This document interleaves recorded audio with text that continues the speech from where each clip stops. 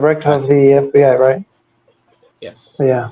So, sorry for being late. It's like he had daylight savings time issues. I personally have my own, and I was filling him in on a little topic for a future situation. Okay.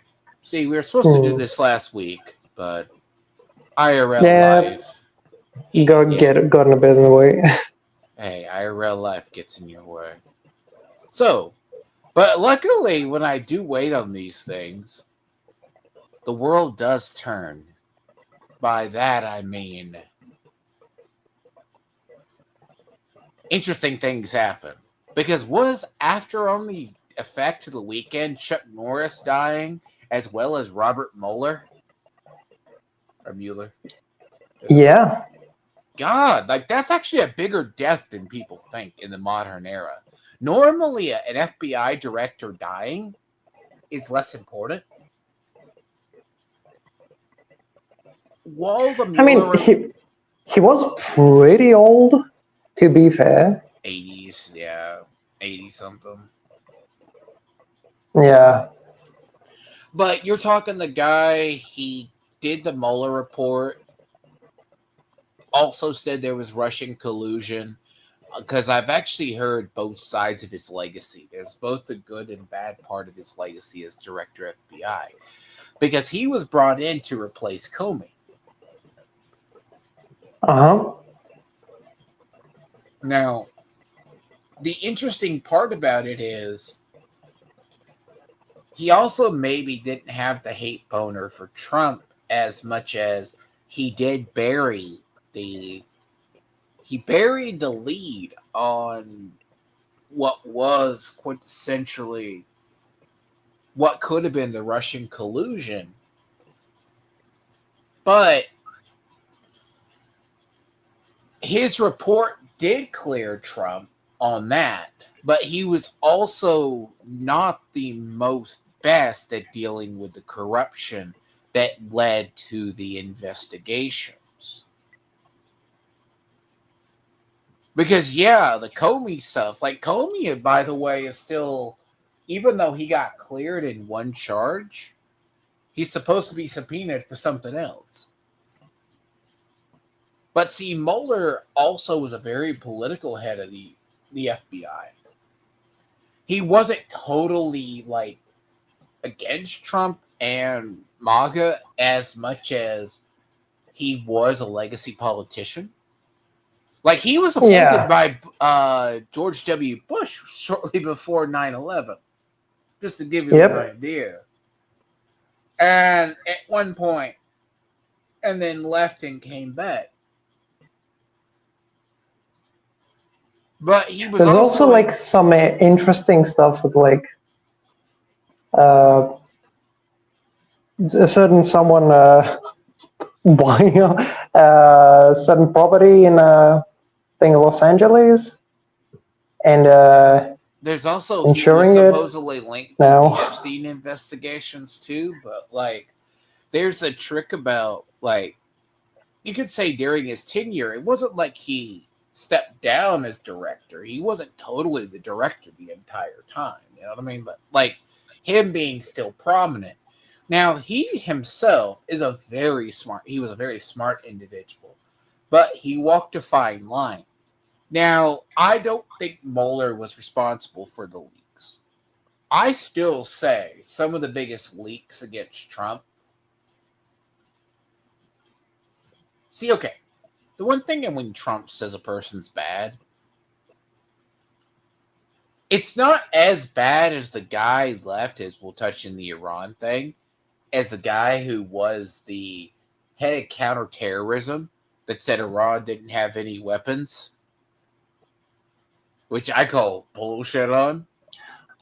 I think what he said was that Iran didn't have the capability to actually do anything against America and wasn't specifically a threat against America, right? Drones, but 24 hours later proved different.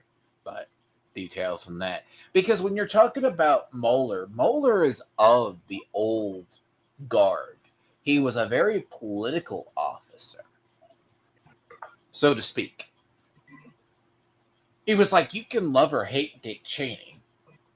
I always said for years Dick Cheney was the creature of the DOD. You know what I mean? Yeah, I mean Cheney he liked money. But Cheney was also a creature of the DOD, Yeah, unlike his daughter, who has no political skills at all. yeah. I mean, okay. To be fair, not a lot of women do well in politics. Well, with her, I mean, Marjorie Taylor Greene went off the deep end. But see, Dick Cheney, like, okay, Donald Rumsfeld did get TDS, and it kind of warped his whole idea. He was a creature of the DOD, but of not the good kind. Being the creature of the Department of Defense, basically, people forget that George H.W. Bush was the CIA director before he became vice president. People forget that. Dick Cheney was also like the head of the CIA. There's a lot of stuff you cannot talk about.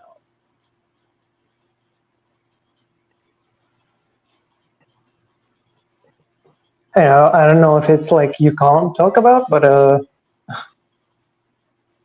maybe not oftenly talk about.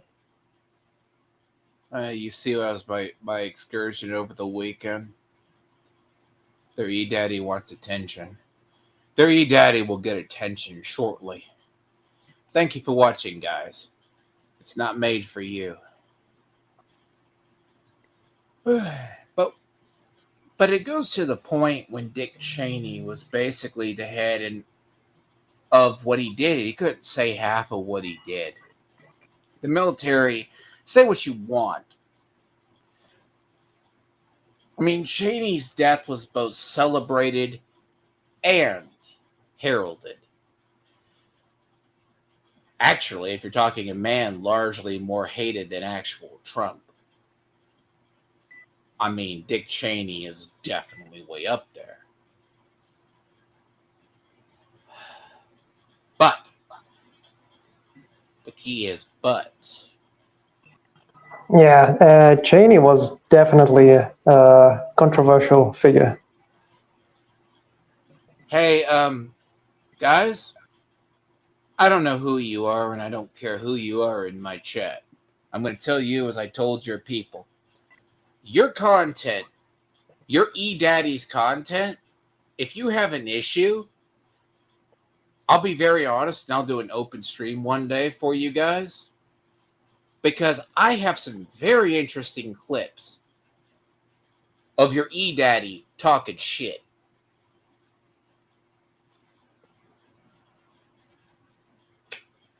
And they don't make him look good. Because I have the receipts. So I would please refrain from keeping your E-Daddy on the side, okay? Save that matter for another day. I decide to be petty. Because that man I got sound bites of. And when I mean I got receipts, I gave him a pass. I got better shit to do this week. Because as Sorter can attest to, how bad is the S.A. Tony file? It is pretty strange.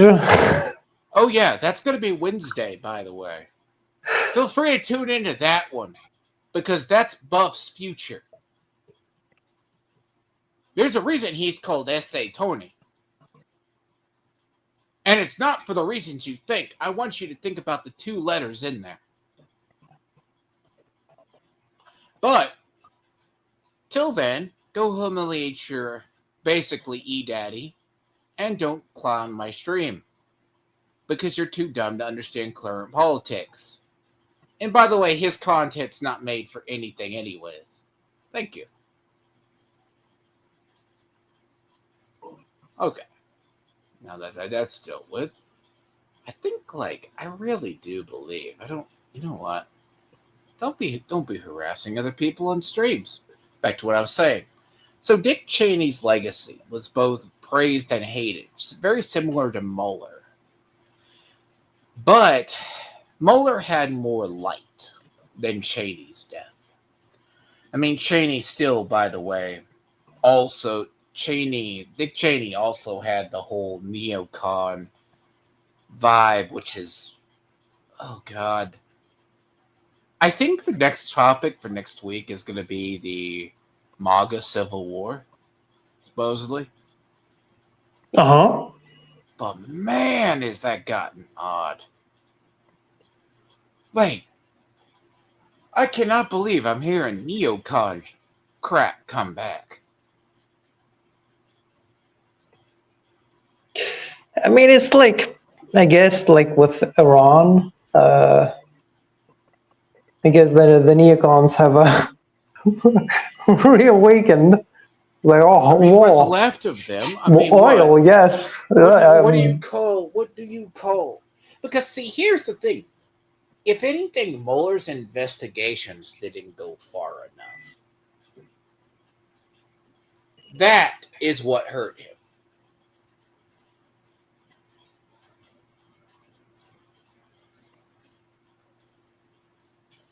Hi, Patrick. How are you? So the thing about like a lot of what Mueller's death was is Mueller's death was a weird death over the weekend. Because apparently there was also a death of a supernatural star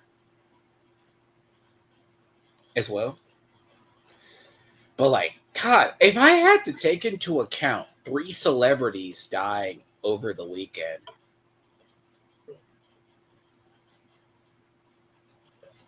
Carrie Ann Fleming died at 51 over the weekend.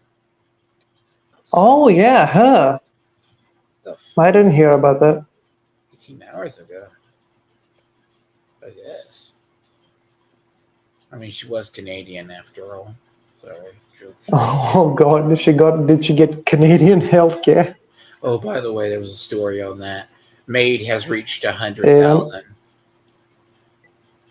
Yeah, I read some stuff about that too. So the thing on Robert Mueller's death, or Mueller, he basically is an interesting hit. He's going to have an interesting legacy. I mean, yeah. It's going to be that one. There's both a good side and a bad side to him. I'm not going to say that his death, in actuality, is going to be like, it's not celebrated, but it's also not dancing on his grave as Cheney's death was. Because there is arguably, Dick Cheney didn't like Trump 100%. Yeah, and he had his Cheney good reason.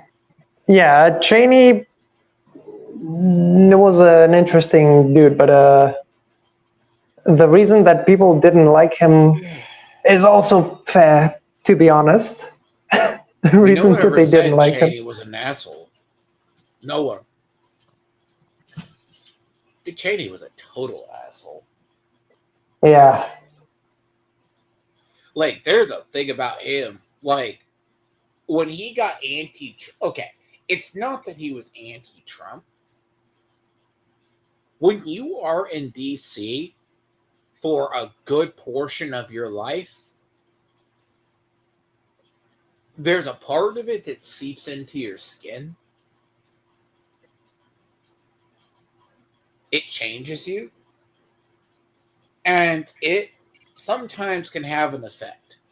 If you're a senator or a congressman, it's more prominent than not. Being a senator and a congressman, it's far more obvious. Like, a lot of the Democrats, have you noticed a lot of the Democrats have gotten the, because there's actually a theory being kicked around. Most of them up there, the ones that go to D.C.,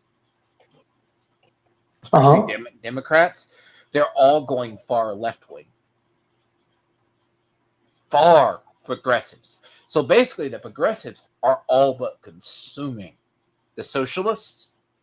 They're taking in the power positions in the DNC. That is a common trend, almost everyone.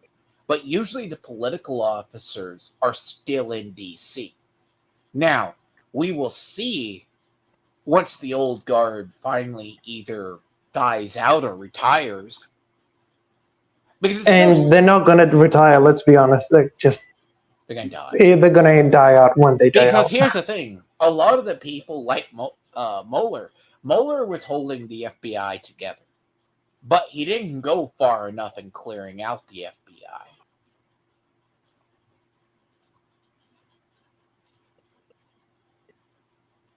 Which he should have. It's it's one of those positions that it's kind of difficult to ascertain what you can and can't do. Right? Nice. Oh yeah, Xander died too, didn't he?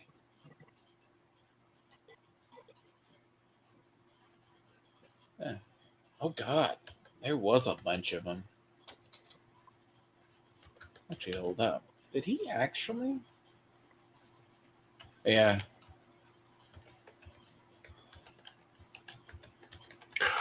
Oh yeah. Oh, I totally forgot. Jesus.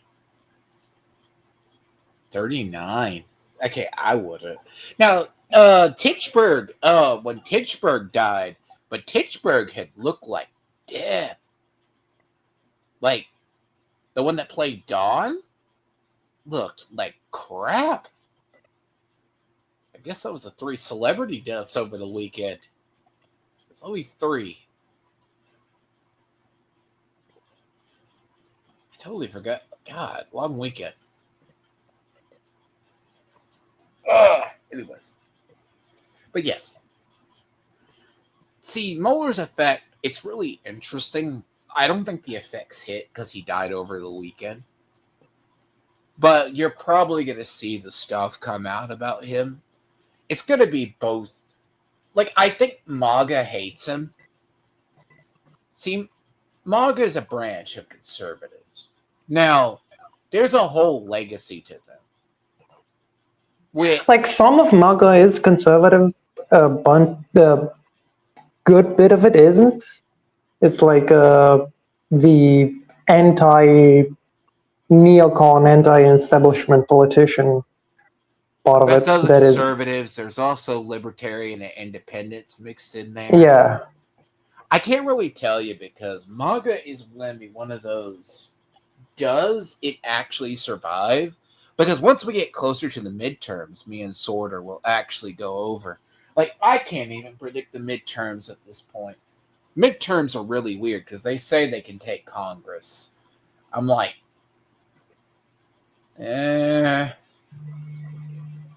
we don't know, right? If they could take Congress, I'd be okay.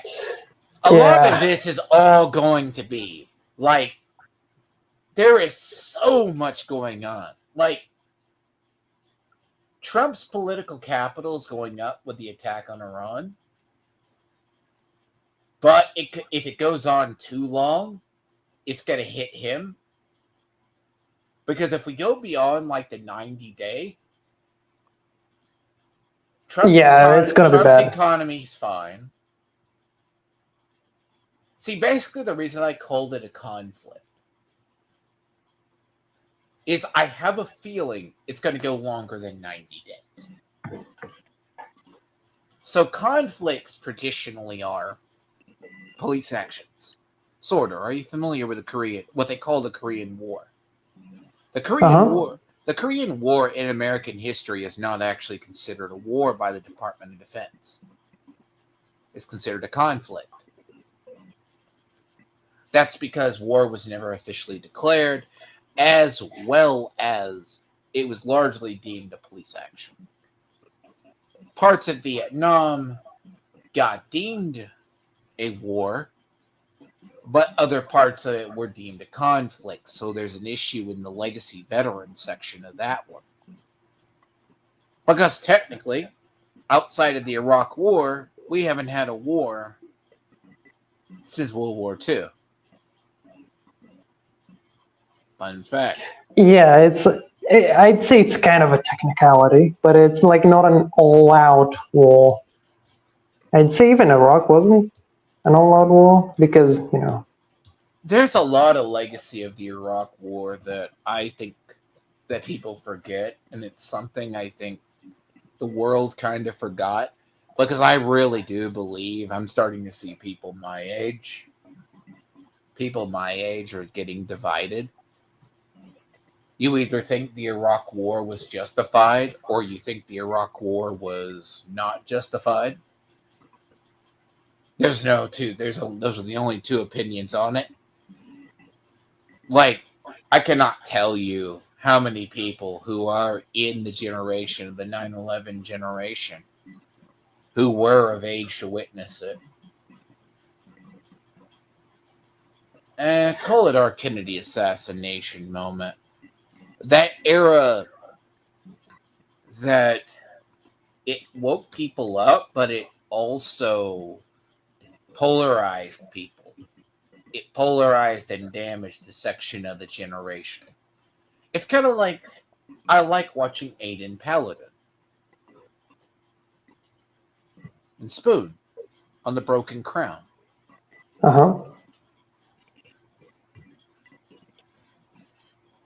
But, and there's a big but, they have a massive hate boner for the George W. Bush era. Because actually, if you didn't know it, Aiden Paladin... They don't only have a massive hate boner for the George W. Bush era. They have a... It's also because Aiden Paladin's always been liberal. I don't know. She's a monarchist now, right? What do you say? Do you say that? Well, she's mostly a monarchist. She always has been. She's a monarchist. She's I don't know how I would place her. She's weird. At this point, because we're going to get into, this is the transition to the... Spoon is a bit more clear as to where he stands. Yeah. Which is, it's kind of close to scrumps and academic agents. I don't know. What would you call Bill's? I'm not sure. Bill is the other guy. I think that's the one that Aiden lives with. Yeah, but I don't know that much about him. Look, there's an interesting part to Aiden Paladin's broadcast. This is a transition, by the way, because this will go into the Iran conflict. Because what we're seeing with the Iran conflict, unironically, is it's reviving the old Iraq War, was it justified or unjustified section? Yeah, and it's like, I think Americans and non-Americans view the war in Iran and Iraq and other wars like them quite a bit differently. It's to be expected. Yeah. Because that's usually the trick historically. Because do remember, there is the claims by people that Iran is peaceful. Now, the interesting aspect of this is actually... Is it peaceful? You couldn't really claim it. Well, see, that's the problem. Let's get into it, because we've discussed this before. Because we said likely Iran was going to be attacked, but not during the Olympics. Mm-hmm. It wasn't going to be attacked during the Olympics. Even I said that. We've all known actions coming against Iran. It's just a matter of time. Now, the thing about this is, as we discussed prior, he didn't want to irritate it too much. So the groundwork's been laid for this for at least 2 years. The thing about this is, with Iran, it's very interesting. Because as we said, when we attacked Iran, China was silent. NATO was silent. A bunch of others were. But the dissension was rising. Now, the issue itself is entirely different because people say, oh, we're going to take Cuba. I don't know what we're going to do with Cuba. I don't know if you can do something while having Iran in the middle too. People have actually said, now that we took out the Mullah and all those people, why don't we go after Cuba? Cuba has its own. What has that solved though? Iran will be able to rebuild. Look at Venezuela. We actually left a socialist woman in charge. Yeah, I mean, technically you got a deal out of them, supposedly at least. You got a deal. You also then got the. See, this is where people talk about like why going into Iran, like as we did, was iffy, because is the old regime, new regime, same as bad as the old regime? With like Venezuela, when we took out Maduro, we were left with either put the Nobel Peace Prize person in charge or put the other woman in charge who was underneath him. Yeah. Which was a female socialist. And it just turned out we put the female socialist in charge. It's been interesting. And actually, Venezuela, the investment in it is going to go up eventually. But here's the trick about it. That's how that's shooken out. It's so weird. It's because now that the Nobel Peace Prize winner has actually said she never wants to go back there because she's still afraid of persecutions, even though supposedly the secret prisons have been closed.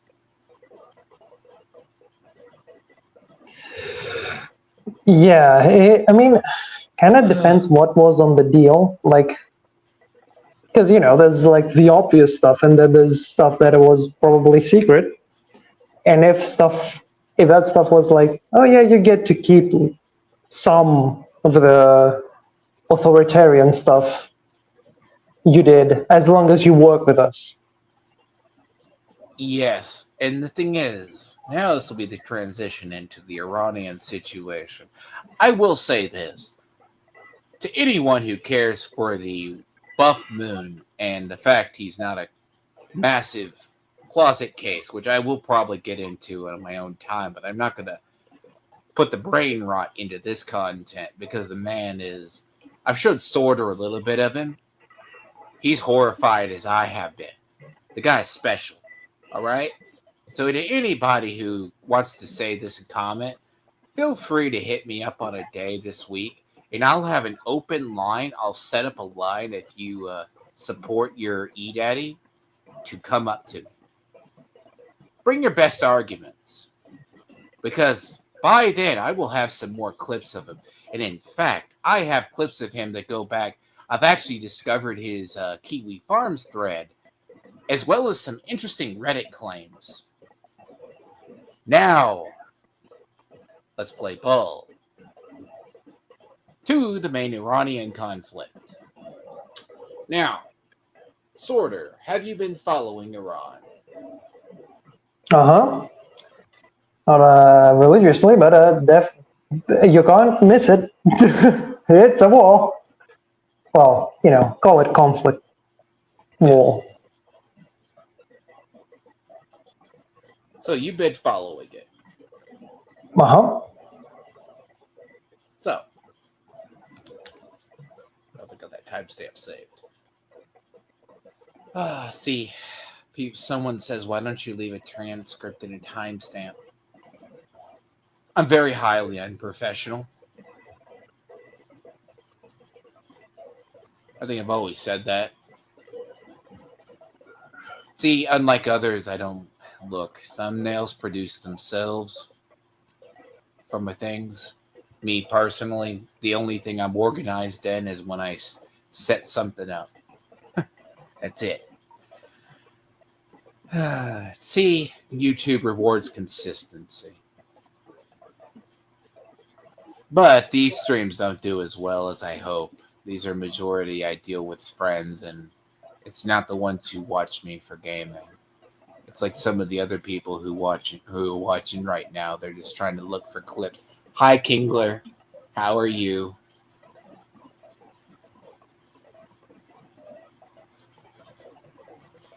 God, didn't I tell you the guy sounded like SpongeBob? No. Yeah, you did. Yeah, the dude's like SpongeBob.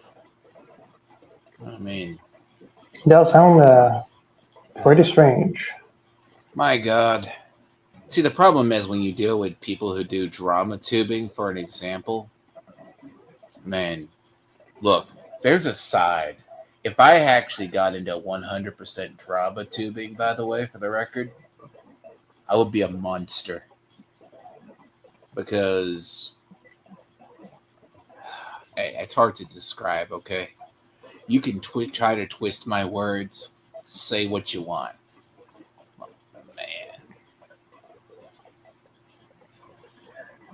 You want to become a Kino Casino? I couldn't. I just couldn't. Yeah. Like, I think I would just look. DramaTube makes my life just. I can't stand it. It's unproductive to a channel. It's unproductive for your life. Indeed. It's just gossip.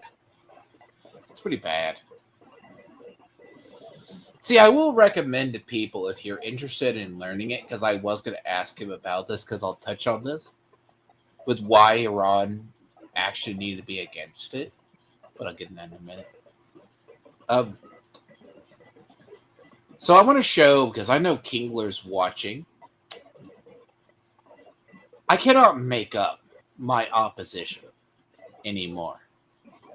Okay? My God, dude, if I have to cut this stuff up. It's gonna be kind of a bummer when it doesn't. I want you to understand. This is a real man. People. Because I know some of it. Buff, this is your homeboy. You can say he's perfectly fine. When I called him SpongeBob the other day, do you see why I called him Krusty the Krusty Krab? Sorta. A Krusty Krab, maybe not, but yeah. You see now? SpongeBob is closer. I actually thought his voice, for real, was a voice changer. I was really hoping it was. I mean, some people have like more squeakier voices. Look, my audio always sounds like shit. At some point, I need to remember to order. It'll cost me about. I'm not going to go the full $400 mic, but god damn, it's going to be expensive. That's going to be like my next expensive this year. But this is my opposition at the time, Kingler. Look, I lost one. Just lost him. There you go. Now you can find the buff weed person. Imagine this is the guy that makes fun of you.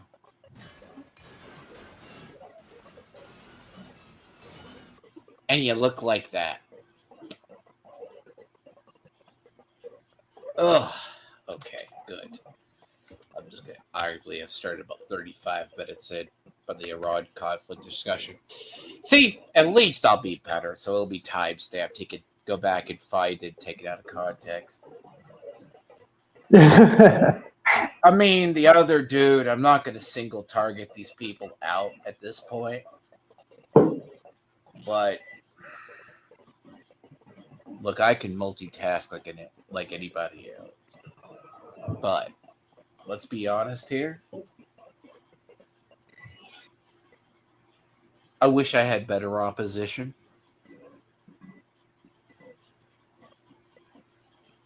I so wish I had better opposition. But I don't have that anymore. I'm all down to I'm all down to people who they're in their 20s and they don't look good. Anyways, back to the main topic. So, the main topic is going to be the Iran conflict. As we discussed prior, we said it wasn't going to happen prior to the end of the Olympics. The thing about this is, it's going to be very defining for the year. So, yeah, and depending on how long it lasts, it's going to go into the midterms.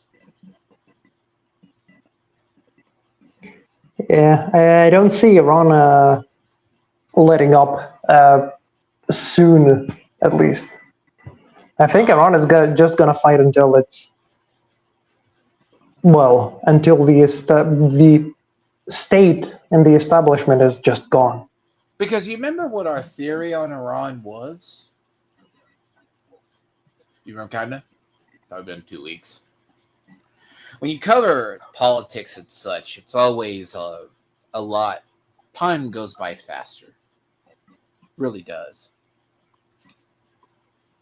Goes by fast. I mean, sometimes letting some things develop is good, because you can, you get a bit more of you can see things more clear. Yeah, it's also as they develop. Clear.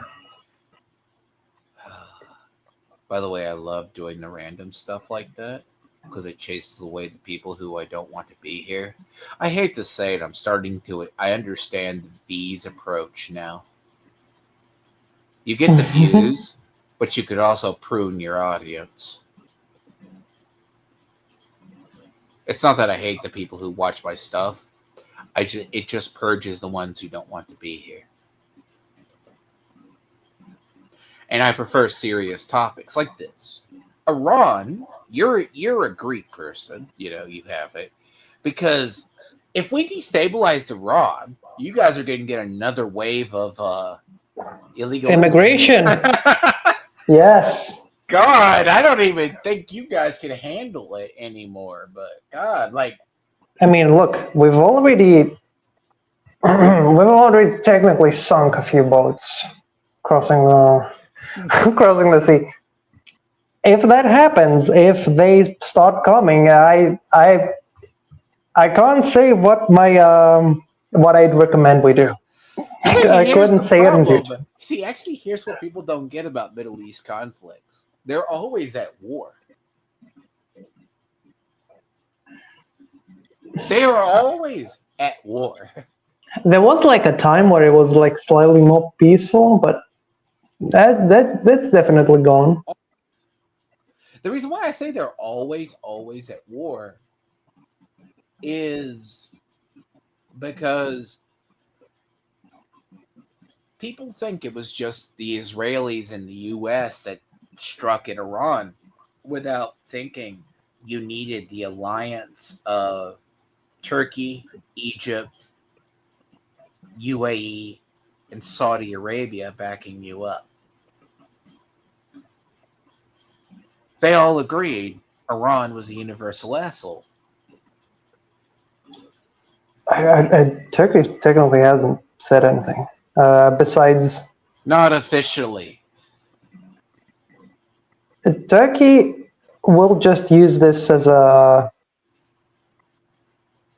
way to just try and get diplomatic points from helping maybe a peace treaty come through. I don't know. Turkey is a weird place. And I'm sorry. They're generally incredibly selfish. By the way, I'm sorry to the people who left. They don't know about the country of Turkey, because that's where Hassan's family is from. Their current leader, I want to say their current regime, it's largely led by military people. It's not so much military, but it's loyalists to Erdogan. See, he's been in power so long, he's almost a hardline. The only thing we can't mention to Turkey is the Armenian genocide.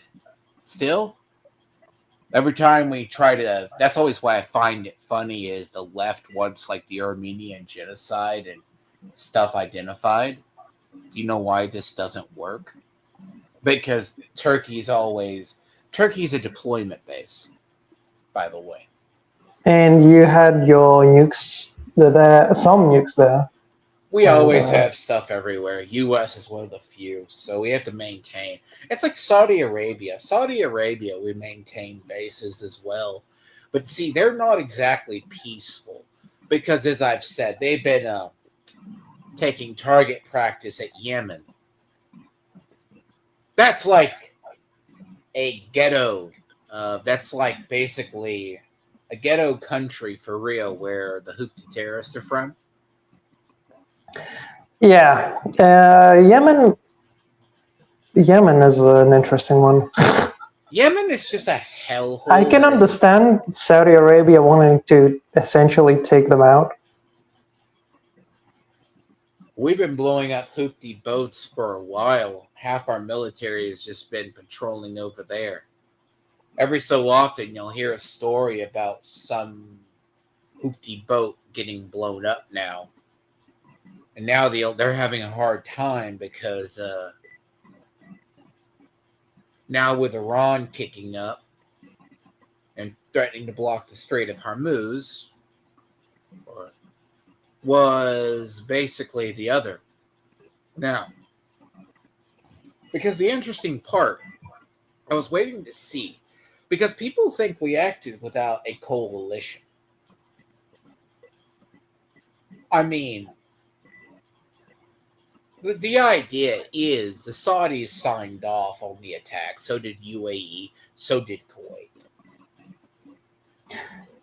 Which is they were funny, like, unironically, but they were okay with it because they don't like Iran that much because it causes instability, and those countries like stability and they like money from Western nations. Now, the only country over there that was really iffy is Iraq. Well, yeah. There's a story to Iraq, though.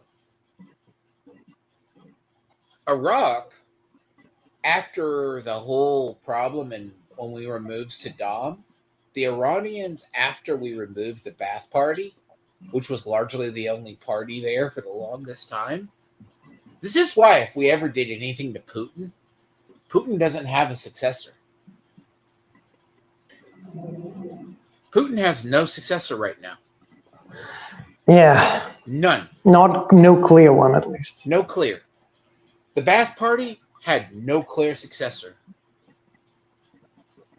Now, the interesting thing is, Iran moved in. And it's the whole Shia, Sunni versus Shiite thing. And then if you look into the language, they're very different cultures. Yeah, I mean, they're totally different. Like the way they view their imam. Imam means something different to each side. And yeah, like the Iranians have a different kind of, I guess, Islam. well, actually, no, it's not that the Iranians are different. Not different kind of Islam, but it's like they are culturally different to the Arabs. So, as we discussed a lot earlier on the last one we did this, the thing about they're largely Persians. They're not Arab. Yeah, the Persians, Iranians, it says it's the same word essentially. It describes the same. They're different. They're different people. Like what we see of Iran, it's basically been the mullahs and the IRGC that have controlled Iran for 30 plus years. Because it's like 40. Yeah. I said 30 plus, not exact years because I looked. It's from 79. So I it's remember like the year, but I'm not going to do quick math. All right. I'm not quite like Old Man Arch and Sargon yet, but I recall It's 46, 46, 47, Yeah, depending but on 46 what it years is. removed from the revolution, though, that means that regime, at least 2 to 3 generations, has grown up. 2 solid generations has actually grown up under the mullahs. 2. Uh-huh. And it's very, very entrenched. They, even if we removed it, you are at the point with Iran, and I think this is the reason why Trump's having issues. Like, there's a reason why when we said we started it, we should have took out the IRGC headquarters. Like the military. I'm gonna be honest. I think that the problem is that whether you take off let's say the entire military of it, or the entire establishment of it, it will just create a terrorist organization within that will be against America and will play the same role. So it's gonna take a while. See, the IRGC has really been the main problem in terrorism. Everybody has actively said the Iranian state has been basically as long as they've been around, have been a terrorist state. If you go back to Reagan had just came to power. I forgive people who don't know history. I'm thinking for the people who just showed up. Yeah, very interesting. I don't know. I'll see how these views shake out. But YouTube is YouTube. But the thing on the Iran, so the Iranians, when the Ayatollah came to power, post the student revolution, irony, by the way. Do you remember the one president who he was like the guy with like the really funny face with big ears, big head? God, it's been almost so removed. I don't even remember it. Which one? Fuck. The guy was one of the presidents. President where? And of when? Iran, who was actually one of the student protesters that they promoted him. Oh, you know him. You know the one I'm talking about.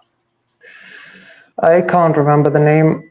But yeah, he basically, when he started crap with the West, unironically, he was one of the student protesters, the leaders of it.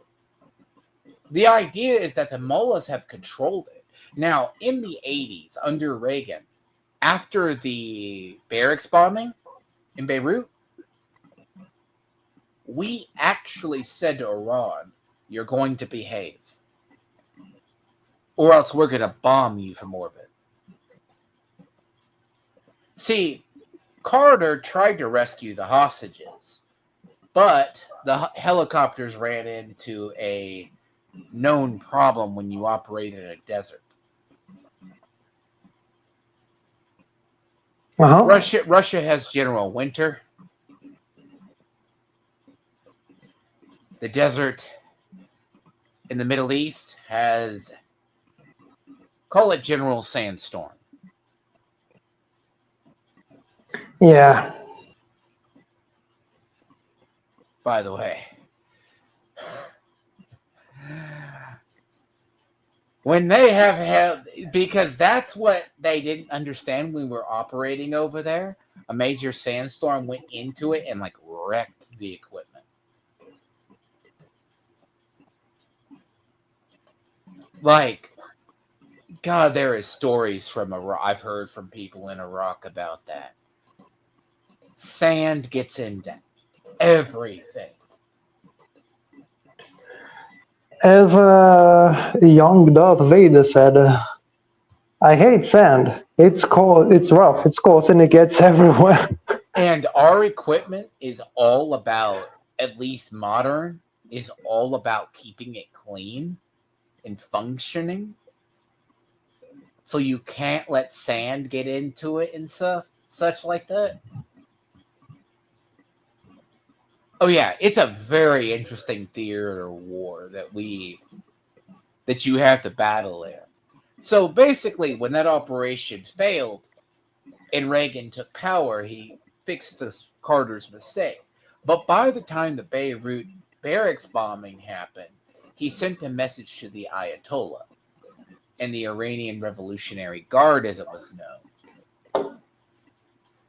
Cut it out or we bomb you. So Ayatollah listened and stopped fucking with the U.S. openly. But it didn't mean they didn't stop terrorism. Now, Ayatollah Khomeini was more of not a hardliner. Now, I will forgive people if they don't know anybody. I always called it the 13th Imam, but it's really the 12th Imam. There's a name for it if you want to find what it's up about. I'll probably bring up an article for it, describes it, what it is. This is an education people need to know about Iran. Most of the current mullahs are all followers of that belief. But the irony, too, is he also said he never wanted familial successors for the government. What did Iran do? Yeah, I mean, it's not like anyone's gonna tell them all about it.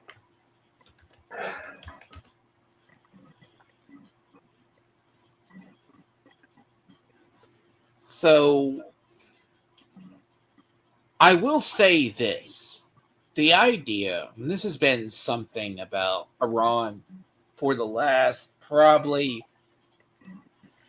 basically as they have gotten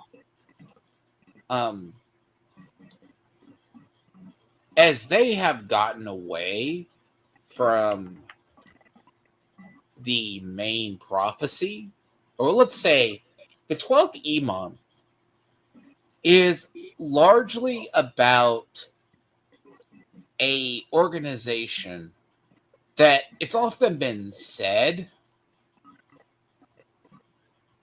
there's a whole belief on it if you actually look into it. And I will be the first to admit some parts of Islamic belief has been, sorry if I use some of these articles that are odd, because this is something about that's driven Iran. This is one reason we never want them to actually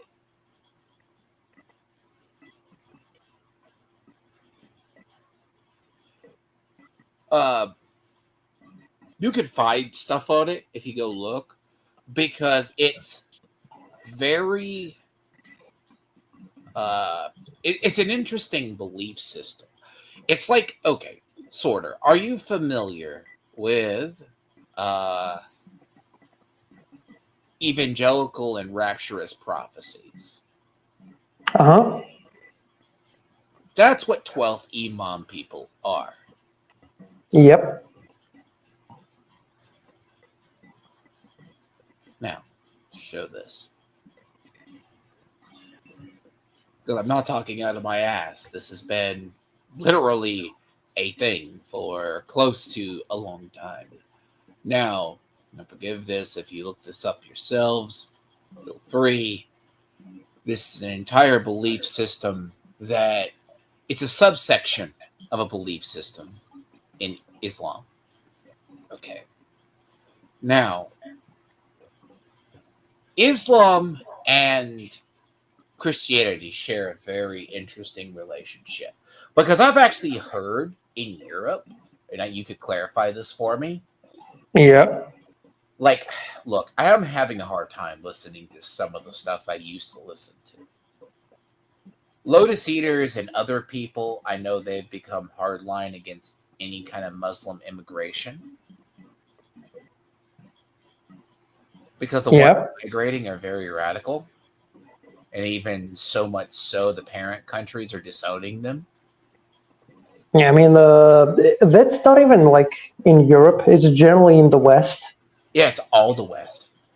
Canada's Like Muslim immigrants in the West are just a lot more radical than the Middle Eastern well, counterparts. Europe.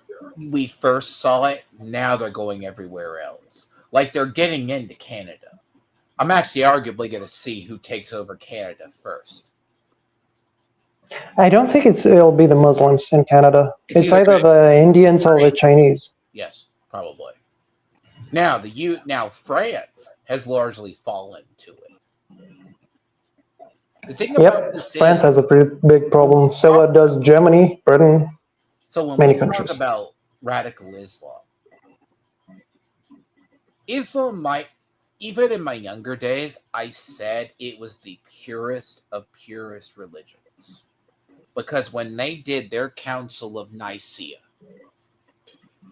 see, our Council of Nicaea was a bunch of priests arguing over out what's going to be canon. So, and everything else that didn't became apocrypha. To make the Quran, which is the one holy book, and pardon if someone's Islamic and I get this wrong, this is just an out view, and even though I'm good in history, I miss some. They all had to agree on it. But there was the story of the 12th Imam that disappeared.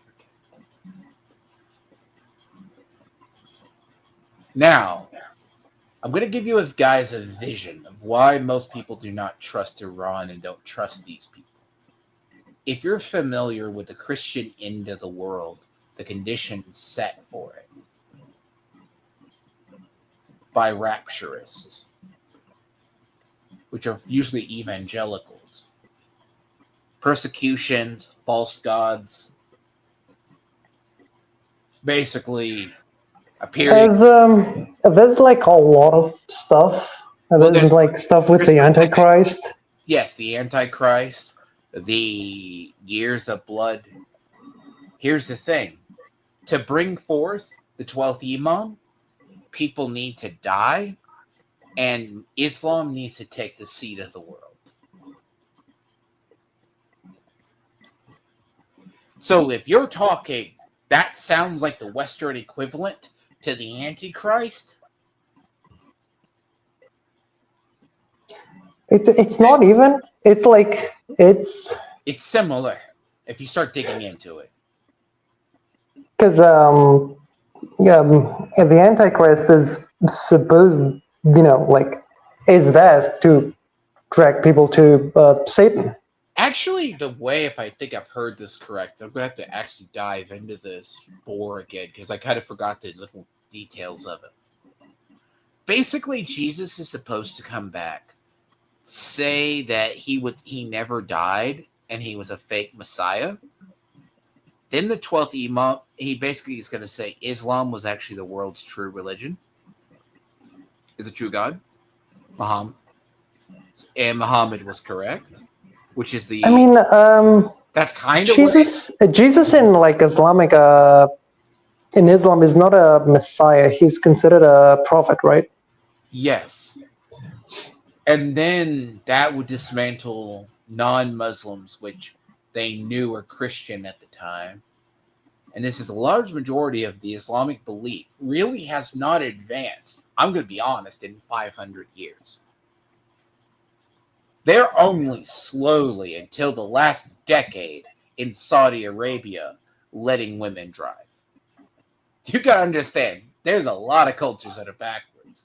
So the idea of the 12th Imam, every one of the major powers is largely in here. Like, this is an Islamic website. What is it? The signs of the reappearance. Peace be him. Like, this is something, if you look into this belief,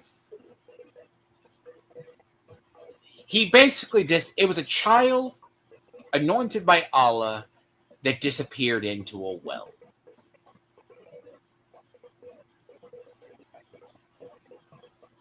Now, this, of course, takes CNBC, but a large majority of us actually know this for years.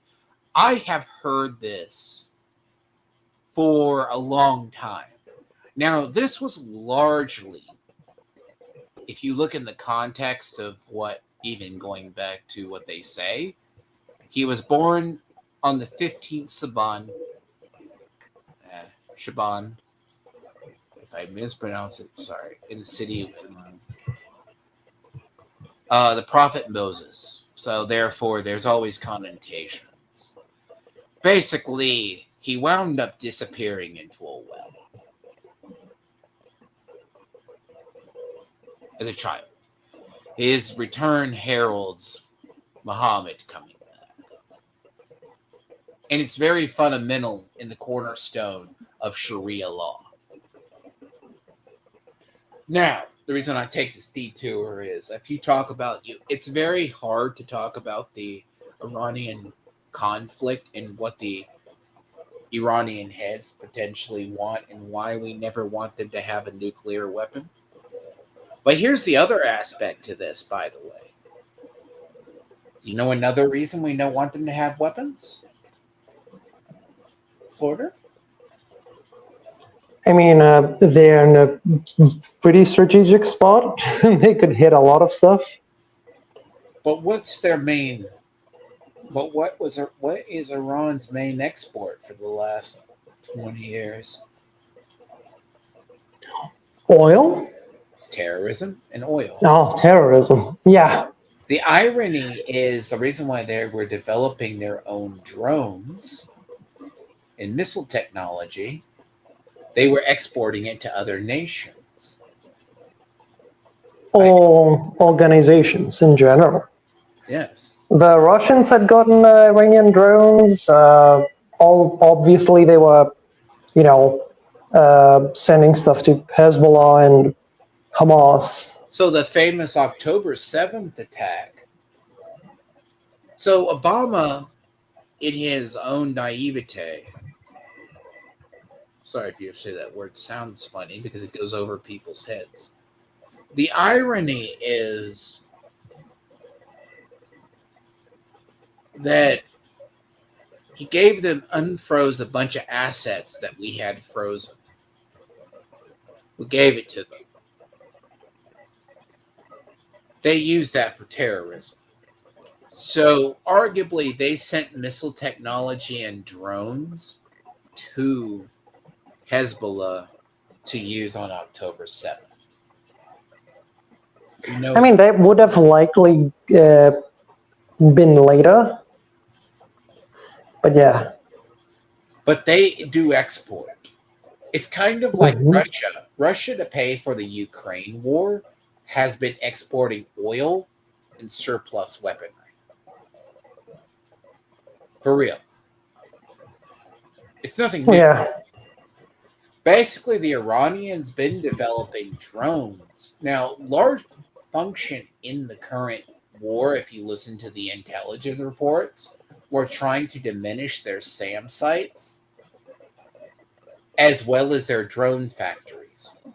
Because in wake of the first attacks from Iran, do you remember who they attacked? They attacked Kuwait, UAE. They tried to attack Turkey. They launched stuff into Syria. A British base in Cyprus. And also a Canadian base that got hit too, by the way. Yeah. That the Canadians hid. Carney basically hid that Canadian servicemen died. So, saying that Iran didn't have offensive capability is turning out to be a great lie for the Democrats. They choose to hide it. I don't know if did they say they don't have attacking capability? Actually, it's debatable if you want to get into the partisanship. But when you actually look at the reports, they have been warned about Iran, which some of the longest time have been warned by Iran about it. See, actually, this is where I'll say Lindsey Graham is rather based, okay? Lindsey Graham is part of one of the last neocons standing. But on military matters, he is very largely correct. Because he actually... He's like kind of hawky. What kind of? He's very hawky. He's a little bit hawkish. That's no secret. But again, Lindsey Graham has been up in Congress, I swear, in the Senate, as long as I've been alive. Almost. I've heard that name for many years. Yeah. Like that man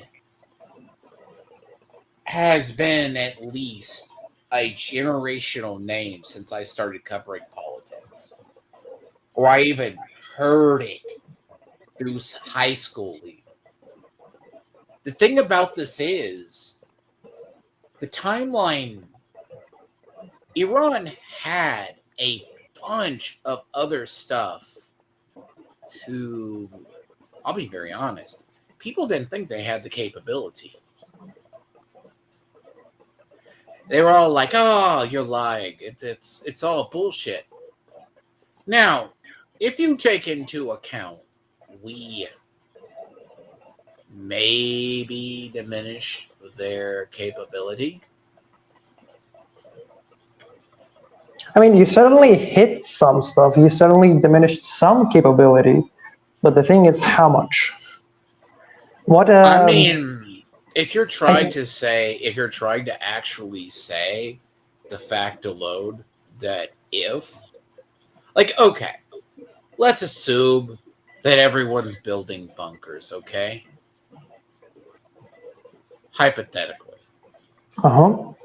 We're finding out that the Chinese they're learning. See, one reason we're trying to get our bunker busters more powerful is because bunkers are evolving. Basically. I know it sounds weird. As times change, people continue to develop trenches and bunkers. God only knows why. I mean, it's like a very protected place. Trenches is Trenches are... Yeah. What is it? No, Trenches? not so much. No, I don't... Look, I'm going to be very honest. I think, look, you can be very serious about that. We haven't seen a modern war. Yeah, a proper modern war. Yeah. Oh, God.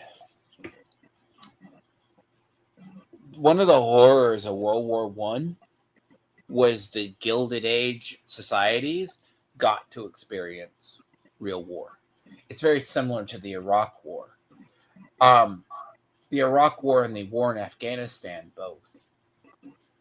It was our generation's basically Vietnam. They hadn't seen a modern war. They haven't seen a modern conflict. I would say that even like Vietnam and Iraq and Afghanistan are not like to the level of a proper war, like an actual all-out. People are getting, conscripted. That kind of war. It's all volunteer. And there's a whole story to a lot of stuff that's been going on. Because, like, prior to 9/11, we've been battling Islamic terrorism since the 60s. People forget that. The birthday it was quieter. So, if you go back to the 93 World Trade Center bombing, after that, Europe started to crack down on its radical Islamists at the time teaching Sharia law, but then they stopped because largely what are the reasoning that Europe wanted to wipe out the ethnic Albanians, and I think it was Kosovo, was because of the potential radical Islamic threat to Europe. European powers will never admit to it, but they were on board with it. I mean, we were on board. We were kind of sympathetic to Serbia because, we have Albanians as neighbors. Uh-huh. And they're not generally good neighbors. You didn't want them flooding into you, I'm sure, because that's like, see, if anything, the Chinese. What they did essentially is flood into what used to be Yugoslavia and then Serbia, and then just try and become an independent state.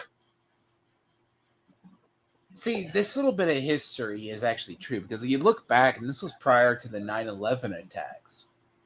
The interesting part about this is this all collates because eventually 9/11, you started hearing about I think it was called the birthday cake attack, birthday cake plan.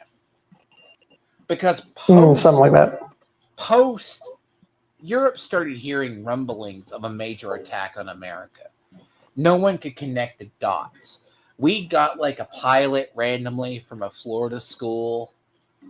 Because after bin Laden failed to attack the World Trade Centers once, his plan was to blow up the parking garage and collapse the two bases so the base would fall into one. I guess the man didn't think about if you didn't blow it up enough. Yeah. The irony is, and then he came up with the plane situation. Now, hindsight's 2020. Now, but by 9/11, Europe didn't have any. I think I heard something that's call it a controversial take. They don't want to wipe out Sharia law. Haven't really been in the last decade going against radical Islamists. Would you agree or disagree, Sorter? Most of them, yeah. They're just going along. It's not that going along. Some of them are playing into it and even like trying to gain them as voters. Because, like places like Germany or France or now Britain. There's actually something I would show people, and I recommend this to people as well.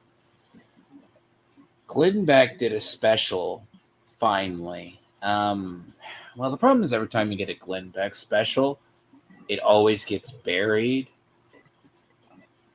So Glenn Beck went from CNN to Fox News, left at the height of it, and then I'll show this a little bit. And how I learned a lot of my stuff about Che and a lot of historical communist leaders came from him and other historians like that were on the History Channel. So Tommy Robinson did an interview with Glenn Beck. Now, we'll touch on this a little bit. This was an hour. I ain't going to go over this 100%. But I'm going to say it should still be up there if you find it. You're familiar with Tommy Robinson? Quite a bit. The phrase Islam is a religion of peace. It was never... Okay. This is a special that has been long in the making. I thought it was going to be a different format. Okay. There's one that I need to find. And I'm going to have to track it down. You could tell him what it is. I might find it easily. I have talked, Glenn Beck covered. See, when I talk about color revolutions,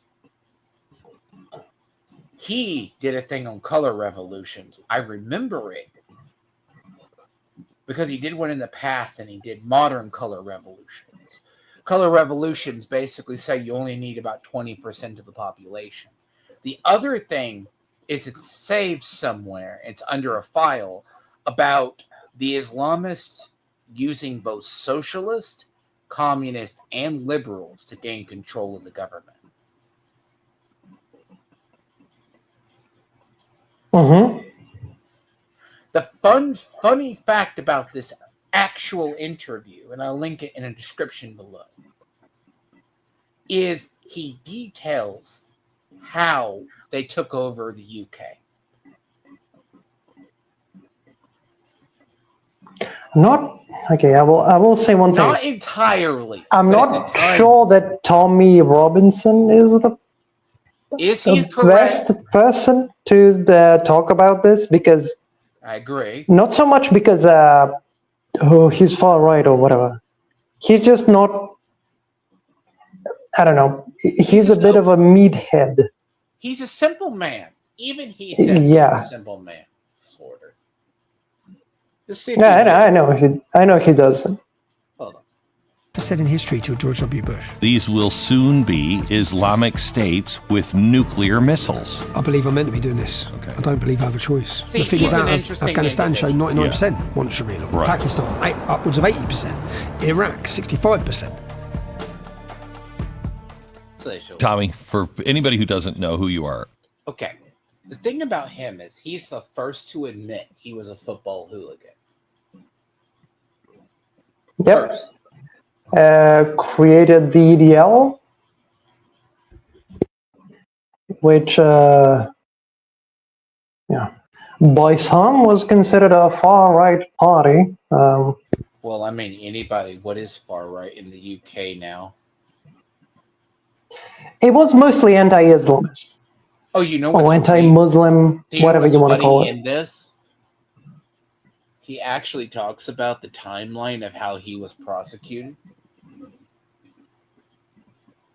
Yeah, it's like he has definitely gotten quite a unfairly prosecuted over the years, but it is the UK. This is a subject matter for an entire Remember, day. Count Dankula prosecuted for a The fucking pug. The Nazi pug. Yes. Actually, God, the Nazi pug, yes. But no, but in actual history, I'll have to find the timestamp. But like you're seeing population increases with Islamic, because I've talked about the stages of Islamic. See, this is a subject I want to get into, and it's going to be not for the faint of heart, because this itself does deal with Iran. Like Iran was funding stuff like this. Like he talks about the communities and how you see a lot, and his actual hometown. I don't know if this comes to Iran, was actually a source of Islamic terrorism in the UK. A lot of English towns are. No, but he has his specific town. I know. I'm But just it's saying like, his town. I'm just saying, based on what he said, it's his town, and a lot of the attackers were from there. So it's like the UK just ignored it. Now, that's a weird thing, because this is a subject. If you don't think terrorism is exported as well as an ideology, I arguably do say, now, here nor there, and this is the American position, I tolerate all religions. Unless your freedom of speech, people misunderstand. You're allowed freedom of speech unless it incites violence or basically Unless he wants to step over everyone else and convert them. yes. And the problem is with Which- Islamic Sharia law, I'm going to actually put the blame half on Saudi Arabia. After the World Trade Center bombing, guess what started popping up in Europe and America?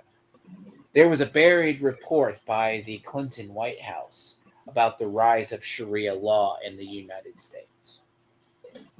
So much so it got, when they revived it, the investigations into Sharia law around 9/11 and after 9/11, we found a lot of radical Islamist cells. Because you know the other thing that happened with Iran? You heard about the guys who suddenly became very active and attacked people? Now, Yes. just suddenly became active. Now, there was a Libyan guy Because basically Israel took their time to attack Libya. He used that, but he also said that. By the way, did you find that activist that was nearly bombed by the friendly guy who in an NYC bombing? That Oh God, I you didn't completely find that forgot. one, did you? Shit. See, this is what happens after like 2 weeks. Very poignant topic. I need to set a reminder to do that. So we'll get into that if we talk about the culture, because the thing about how the Iranian conflict has evolved and its effects, it's really funny because it's causing the leftoids to almost wake up. But this one particular leftoid had nearly been blown up along with the entire crowd around him by a guy saying Allah Akbar. Said he had sympathy and at least thank God he wasn't racist. I'm like, no, not the case at all. And even Mamdani swept for that. Yeah, No Mamdani one did said it. his best to not mention any links to Islam. No, but he did say it was caused by a white supremacist protester, and arguably the protester head of that protest was not a good guy. Yes.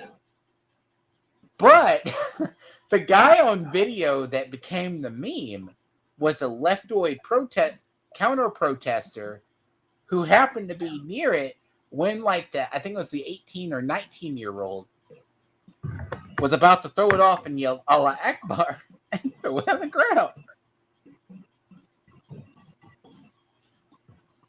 Yeah. And people would think I'm making this up. I'm not. He literally came out afterwards and said, yeah, I was close to death. I wish he was punished. But at least I'm not a bigot and racist. It's like that that meme that of like the French when they voted for the against the Le Pen's party back a couple of years ago now. Was it a year ago? I don't remember. Where there was like a meme that is like a French dude like saying with like of the Paris burning in the background, saying "Sacre bleu! At least we're not fascists." You know what? I hate Google because Google suppresses searches or at least buries them. It's getting fucking atrocious. Yeah, it's like. And I mean depending on what you're looking for. Like, and depending on how you word it, if you word it certain ways, if you word it it just the most blunt word, you can't find it. Yeah. The thing is, they called it a counter protester. But this is not the guy that I'm looking for. There's a guy that I'm looking for from the protest. He was a Reddit person. And the irony is that this Islamic guy was going to blow up a protester, a group of protests. That's liberal. Well, they don't care. They're the same to them. And the thing is, this was it's not a nonchalant story. And the interesting part is one of the guys in this attack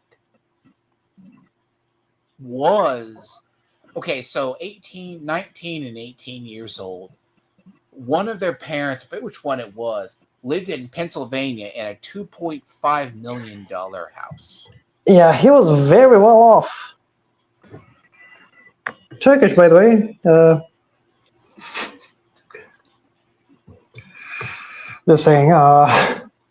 And then there's the guy, all the memes of the left were this counter protester guy basically nearly killed, and that would be a come to Jesus moment for anybody who thinks Islam can be a religion of peace at times.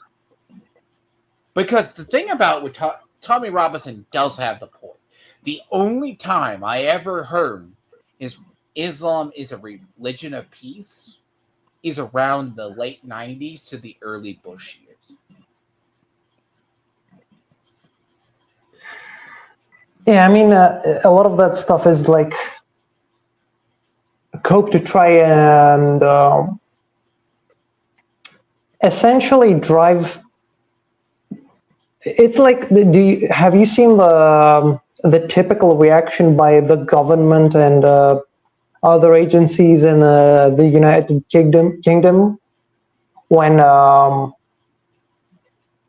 Islamic terrorist attacks happen? Oh, I've heard there's cope. One of my friends in Germany, they literally blanket it out. They just say a crazy man rammed a building. Yeah, it's like, and it's like he sent me the actual story in German, and it's like not even that. It's every time suspiciously there's like like a gathering going on with like the family, just a funeral for those who are lost, and then somehow every time the family says, "Oh, we should not look back in anger." I mean, there was a story. No, there was diversity is our strength. We should not blame anyone. The fun fact about a lot of it is what I'm referring to is a friend sent me a story. I'll find the story. So, a non-Muslim man apparently rammed a fruit stand in Germany. Rammed into a building. They said it wasn't an Islamic attack. Look, everyone's had their head in the sand over Iran and their intentions for the last years. To the rest of the world, we all have seen this in the West. I mean, China knows they're a bunch of nutbags. Yeah, I mean, China cares about the money. And they care because they're an axis that, like they're a power that aligns more with them than America. Do you know the funny part is why they want to get rid of the Uyghur population? You know what? There's like at least two reasons. One of them is they enslave them, but they also want to get rid of them. They put them in concentration camps and forcibly assimilate them. Yeah. The reason is A, because the Chinese are racist. B, I mean actually racist. What's the main reason? They're actually Chinese Islamists. Yeah, they're Muslims. Islamic. They're Islamic. They believe in Islam. They're not Islamists. Yeah, and they're not Chinese. Technically, they're like Turkic, I think. Not Turkish, but Turkic.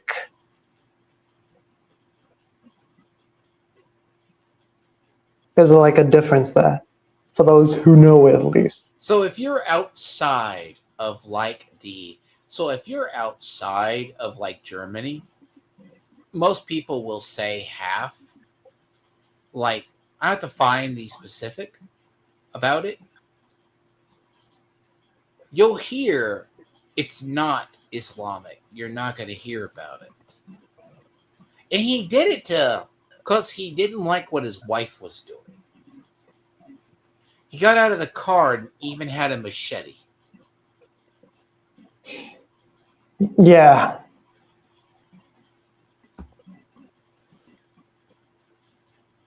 Seriously. The Libyan guy who tried to bomb a synagogue literally set himself on fire with a truck full of explosives, lit himself on fire, and drove into a synagogue. Someone reminded me of that. And I go, shit, that was the same weekend as another attack, as the attack on in NYC. Yep. The dude with oh no, wait. No, I'm confused again with something else. Wasn't there like a dude in Texas? I think Austin. That was actually post.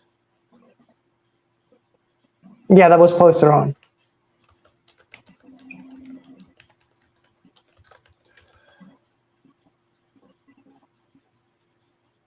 Sorry, I'm looking seconds to find the story. I should have been more prepared. But the thing interesting about the NYC attack, though. Give me a moment.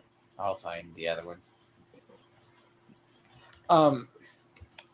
Now, he said the reason why he did this attack, though, by the way, as soon as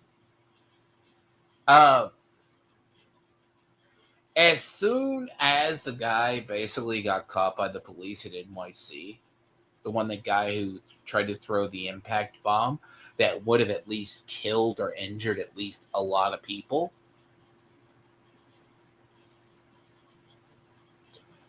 he basically pledged his allegiance to Iran and basically declared himself a terrorist. Full blown. He asked for a piece of paper, waived his entire Miranda rights, and asked for it. He wrote down his pledge to Iran. He wrote down his pledge to another organization, and basically declaring that, I mean, peaceful man, I tell you, like, again, and come to find out, he was radicalized through social media, through modern. This is the thing, when you talk about the stuff with Iran, what we have actively said, they are unknowingly been sponsoring terrorism. So, a lot of this lead up and the after effects we're starting to see.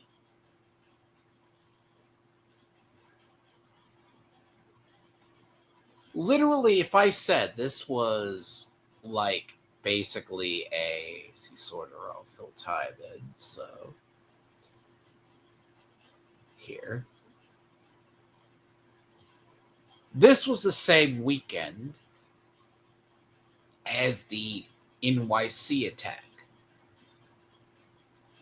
They got buried. Probably. This guy literally set himself on fire with a truck full of explosives and then tried to drive into the synagogue.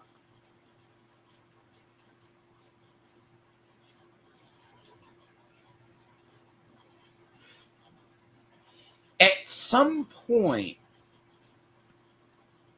it's hard to say really, because the other half of what's the real effects of some of the other stuff.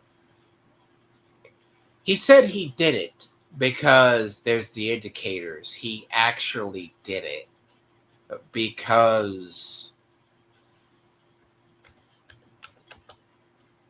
he was Libyan, and apparently Israeli people the Israeli military killed some of his family in a strike.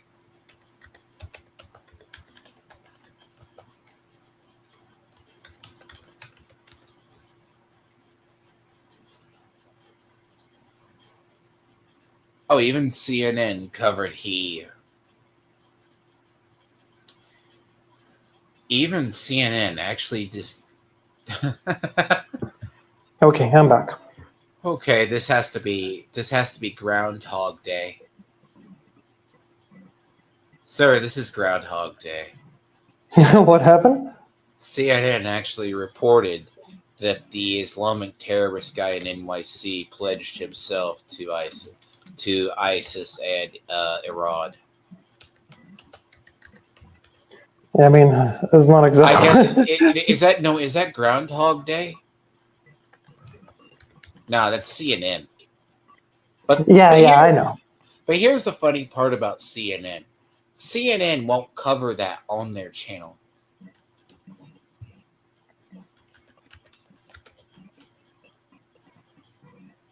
They're definitely reluctant to cover any of that stuff, or at least in detail.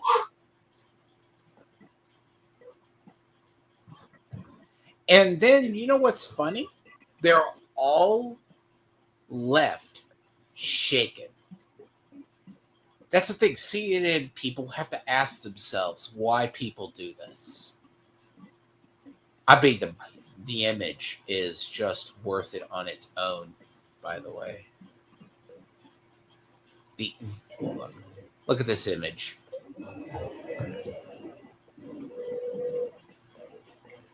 This isn't AI. This isn't AI. Yeah. That's just a peaceful Muslim. What are you talking about? You racist. They got lucky that this device did not go off. Yeah. Really lucky. Because it was an impact explosive. And it would have exploded on impact. Do you see how packed that area is in this photo? Yeah, good. Some of it is police, but there was a protest and there was a counter-protest. It would have hit a bunch of people. So you see, he pledged himself. He actually waived his Miranda rights to actually do it.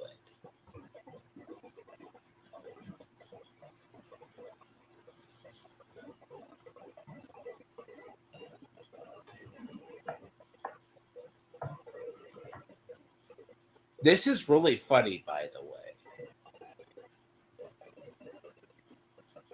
No one was really honest about this.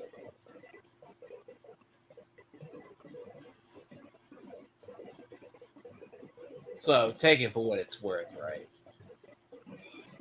Mm-hmm. See, I don't talk out of my ass. I'm like another person I'm going to be covering at some point.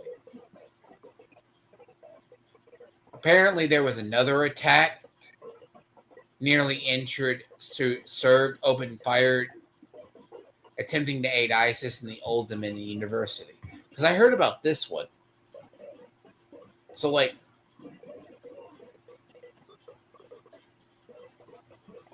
yeah, there are like a bunch of that have happened recently. what? There was attacks in Europe in wake of the Iran bombing. Yep. Bombing earlier attempt this month by an associate said his action was partly, and he watched group's propaganda on his phone.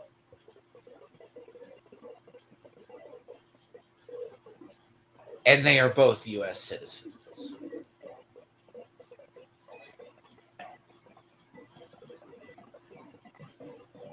What I like is like the cope of the legal This is immigrants. a You can't CNN deport them, and it's like, why would you not deport these people? Just put them in jail for like a few years, like something like Guantanamo Bay, and then deport them. Or, obviously, you could have the death penalty. I mean, here's the thing about this. He said ISIS, but he also said to Iran. So you're talking about it's insane. Like, this is the guy who peacefully set himself on fire and tried to drive into the thank God.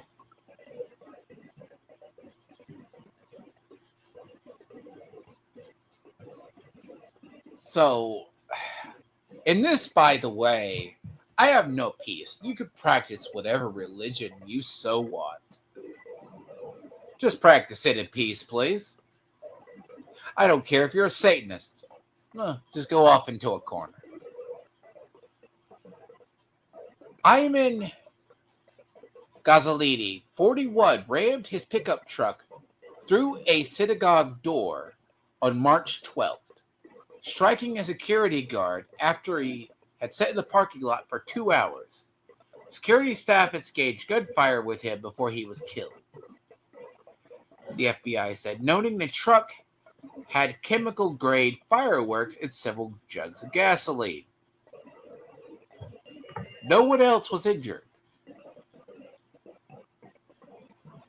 So I want to give you a picture. That was like kind of an interesting thing that nobody else was injured.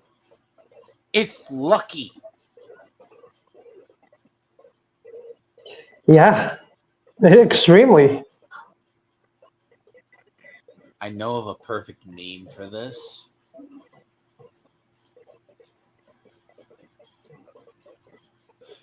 Did you ever play Command? You know when I heard about this?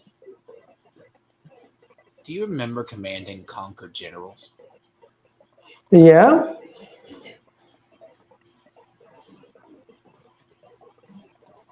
You know what I'm referencing? I think so. Okay, for those who don't know, there was a game, and I wish it would be remade, but it will never be remade. Command and Conquer Generals. There are 3 factions: NATO, the Chinese, and an Arab terrorist, an Arab nation. Yeah. The GLA. This game will never be made again. I mean, don't say never. It is a fun game. It is open source, and it's one of my favorite.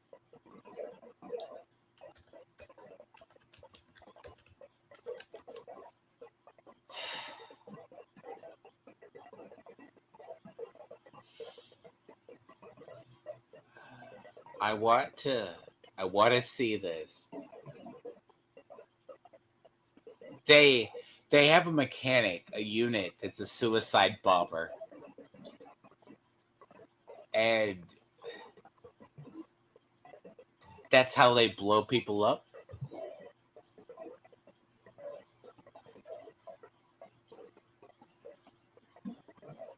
Okay, it's a amoeba to itself, all right? Oh yeah, terrorists. Yeah. It's bad. Yeah. It is terribly bad. Okay?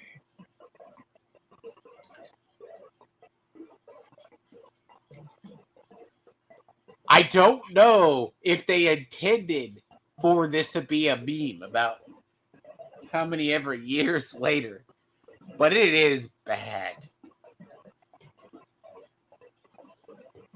But CNC Generals and its expansion, great game, by the way.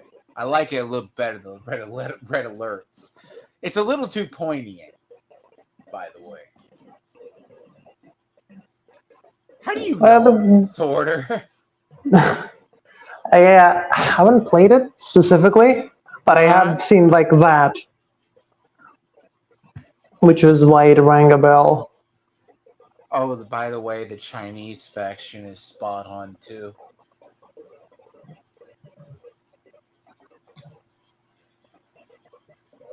Okay? It's a game people need to experience, all right? The Chinese faction, I hack for China. I think video games was up for China. Actually, the line of the hacker, I have to remember it. It's like StarCraft lines. Yeah. And like the Arab worker for the GLA says, I work for shoes. I should know that. The Chinese ones are more poignant. It's a bunch of people. You can get a bunch of resources by hacking stuff.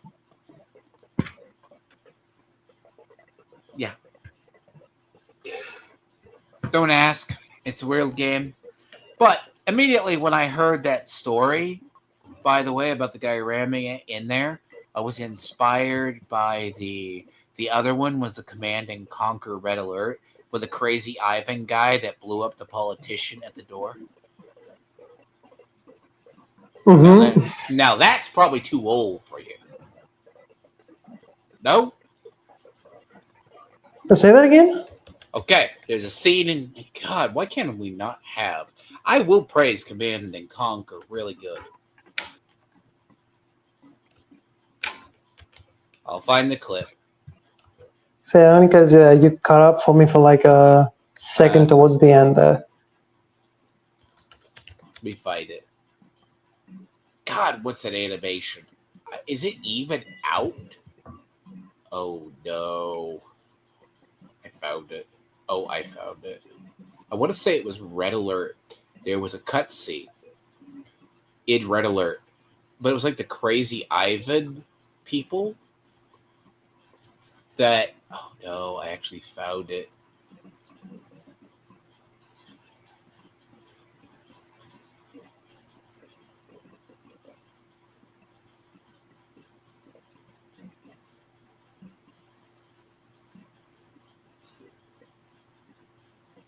Oh no. Oh no.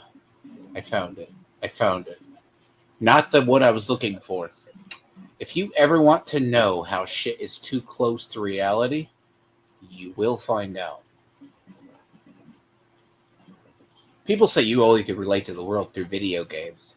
How else did we grow up, by the way? Seriously. Is that a slam, sorter? Yeah, I mean, some of us that had video games from when we were young, which is like most people from the 80s and on. I want to show this. I hope Buff Weeb understands this because when I talk about it, because the guy doesn't video game. By the way, he says Warframe is a great game. But don't try him too hard.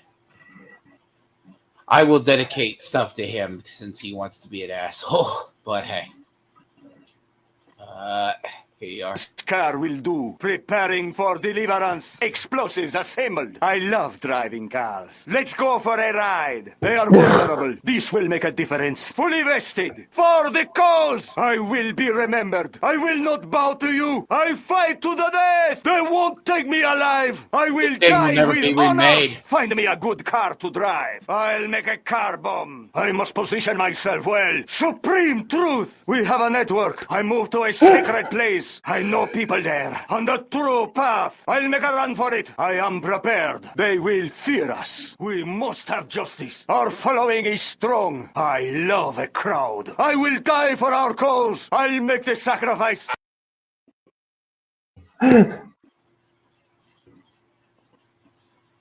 Just remembered, like, there was This game will never be remade.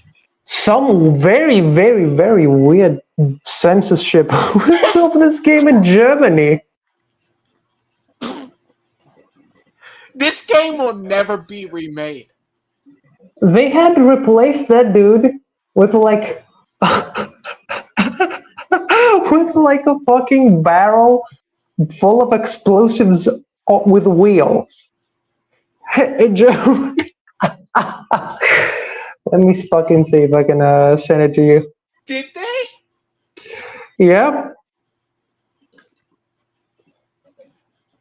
Sorry, I lost people. But dude, you can't make this up. This is literally bad. It sounds like a meme. Yeah, apparently this game had gone very censored in Germany. This game is classic. Like, you cannot. It's a game. I DM'd it to you. I'll check that out later. This game is... This game... You can pull it up right now. It's so funny. Just the image, because like Jesus. No! No!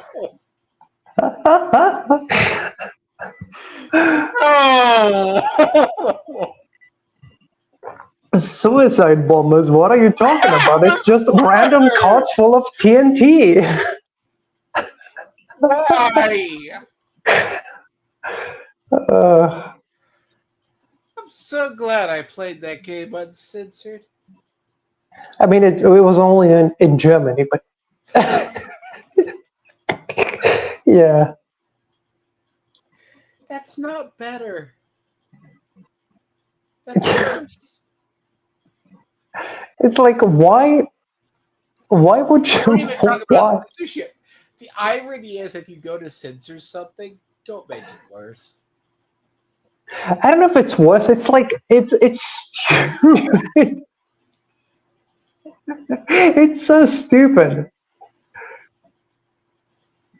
Like, And all to like, oh, we can't have like an Arab dude with an explosive vest. We can't have that. No, it's gonna be like a fucking cart full of explosives. oh god, see, there's a thing about it. I don't even think I've wanted this game remastered. It will never be remastered. Ever. Yeah, no, it's not gonna. It will never be remastered because it's when I say this game is too accurate to modern times, it is. Like, okay, this was laugh again. I'm surprised I didn't know this. That's like, I think one of the reasons that When did they do this? Way back when? yeah, I think so. Yeah. God. Oh, but I recommend that game if you ever can find it. But I don't think there's anywhere you can find it. I mean, there's definitely ISOs It's there. a fun game though, because especially when you get to generals, you get to the special mode. There's like the Air Force General. Hell, there's even the GLA are funny to play as, for real. There's literally a Scud launcher. The Scud launcher commander. Oh yeah, no, that game's hilarious. But to the other part with Iran, like Iran right now there's conflicting reports. Like a lot of the ideology we're discussing that goes global was being sponsored by Iran. Now, Saudi Arabia has been trying to pull back the Sharia law globally because they realize they're extremists.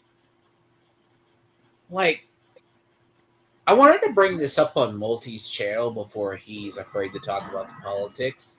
Not even Dev will mention it. There's literally people, we're just going to outbreed you. Like, Yeah, I mean, Dev knows about that stuff, but oh yeah, no, they're open about it. We're just going to wipe you out. The thing about this is, this culture, like I think they said, like UK is now only. I want you to think about it. Currently, like I think the UK is like 6% Islamic. We're not even to the tipping point. I think that was like the old data. That was pre-Boris wave. Like, and let's assume, because the thing about even what's funny about the Democrats, and if you look at color revolutions, they only take 20% of the population to sway the greater fold.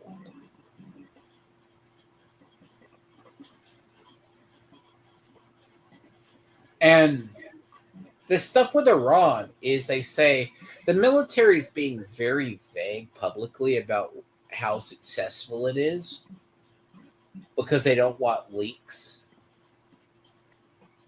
Because the story about it is it's a very clean war. Like I talked before, see, before we went live, I mentioned there was an F-35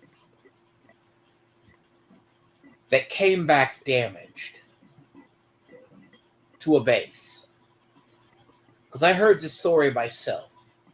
They say it either got hit with a missile.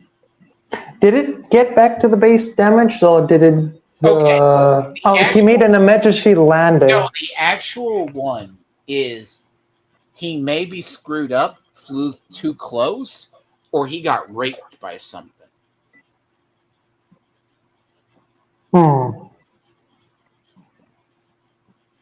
I've heard conflicting stories about it. Yeah, me too. The AI images aren't real of it. The F-35 made it back. Now, I will say,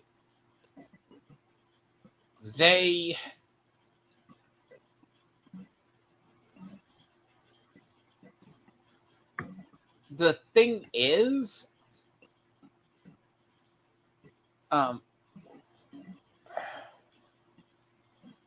you find a couple of stories on it. Because this is a conflicting story.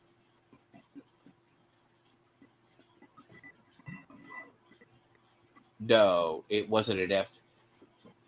They said there was a... Because what's funny is prior, an F-15E, they tried to hit with a missile.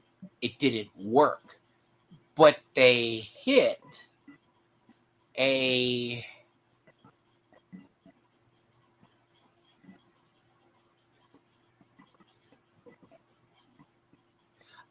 there was some F-15Es shot down by a Kuwaiti F-18 in a friendly firefight, which is weird. Yeah.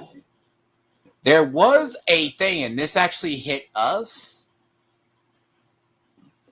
where we had a stratotanker develop some issues and crashed into the ground. Now, I'm not going to... Don't get me started on the maintenance bullshit for our own military. You know what I mean? What do you mean? Look, mechanics are very... Okay, so what makes the F-22 one of the best planes and one of the worst is the flight time to maintenance. It always has. Yeah. Abrams are one of the best tanks in the world. But the maintenance time after is ass. Which is to be expected. It's pretty complicated. And the thing is, yes, we abandoned a bunch of that in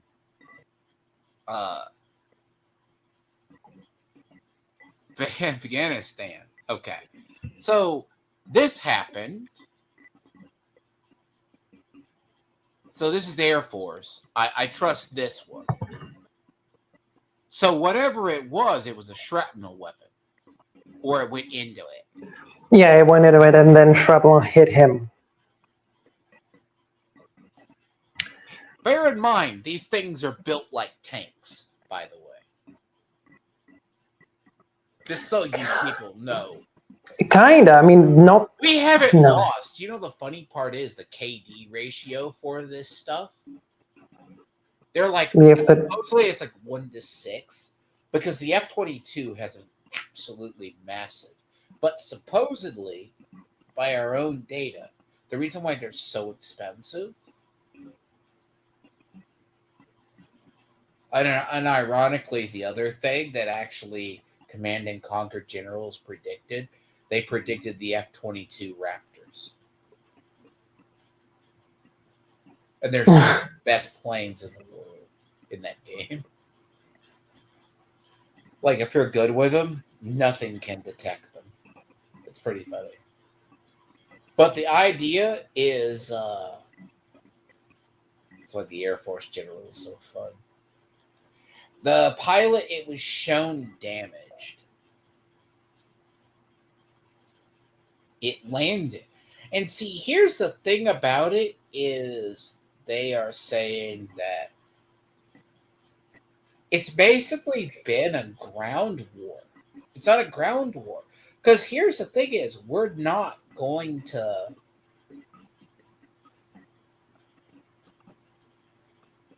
See, everyone says, like,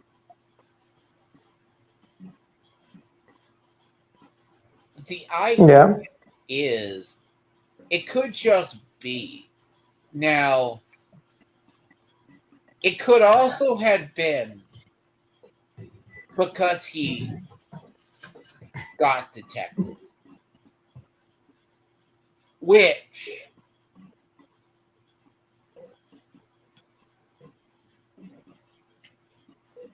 I mean, can we arguably say there is a way? It's like the F.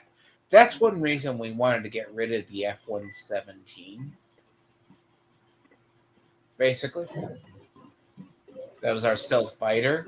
Because if you flew it at the wrong angle, it could be detected. Yeah. It's But- like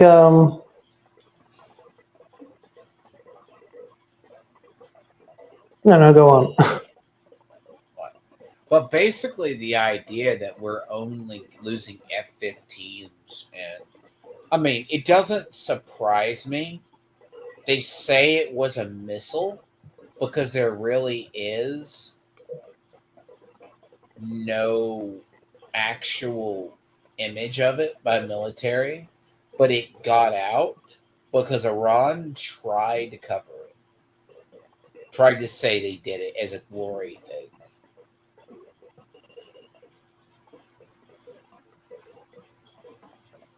Like it's Iran is like pretty on the ball with that stuff. And they're ready. I mean, with like saying, "Oh yeah, we did this. We'll do this," and making AI videos for some reason. I can't show that on there. Some of their propaganda is so funny.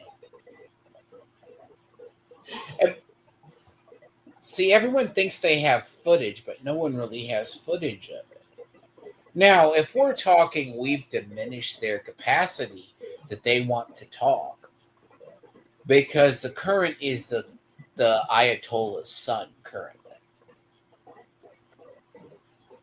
which the original Ayatollah, as I stated earlier, did not ever want to happen. But then again, they're confirming deaths as well. We're just taking out their leadership. But I don't know what the end game is going to be. Yeah, that's a good question. Because sorry, I don't think the regime is totally going to fall in Iran unless you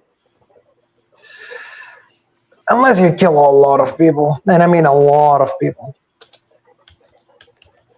We talked earlier that they have had like 40 plus years to entrench themselves, and they have.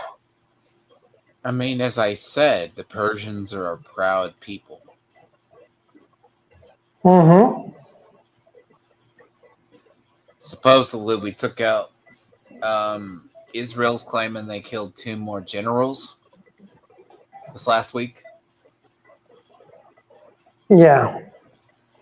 5 days ago. 3, sorry. Then there was more. The thing is, this is kind of, you would call this war, but I don't call it war. It's really weird. Like, no one has seen modern war, and I'll be curious how this shakes out. Because if Trump isn't careful,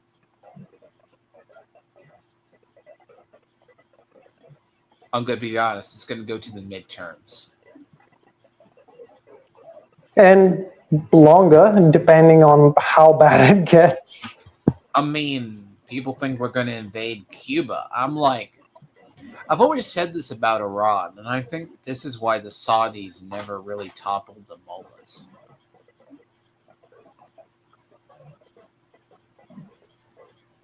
The new boss is is the same as the old boss.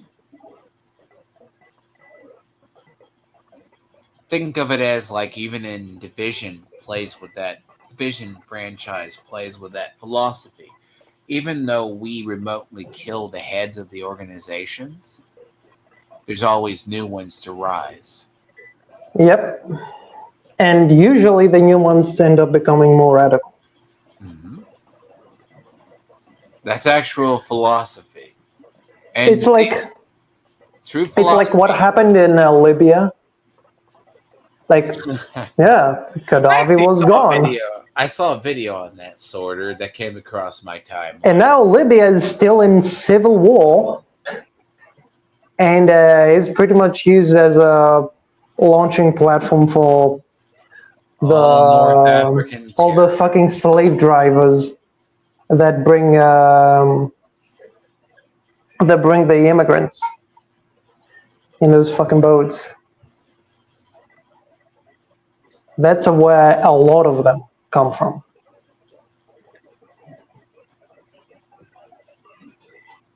So yeah, no, that wasn't a great idea.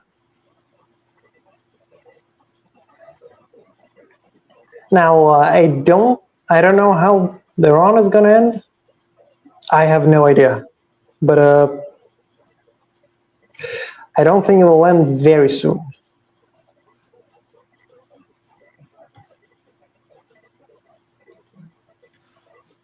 Oh, I forgot. Command and Conquer Generals also had the four-wheel utility trucks to blow up people. No.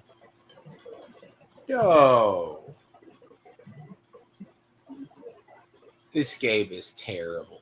This game is like good. I want to play it so badly, but I can't anymore.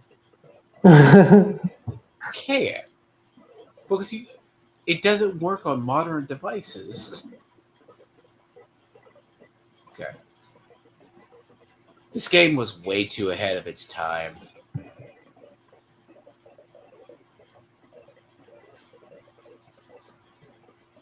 So this is the GLA getting revenge.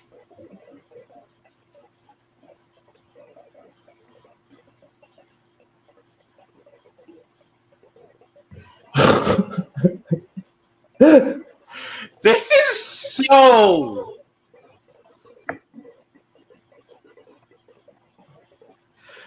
This game, I recommend it to people. It is so good.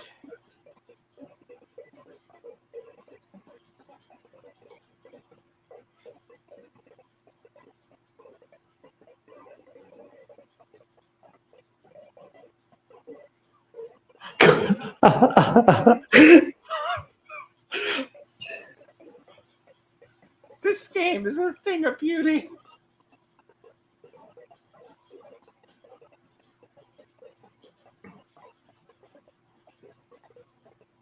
I wish people knew this. Could see it.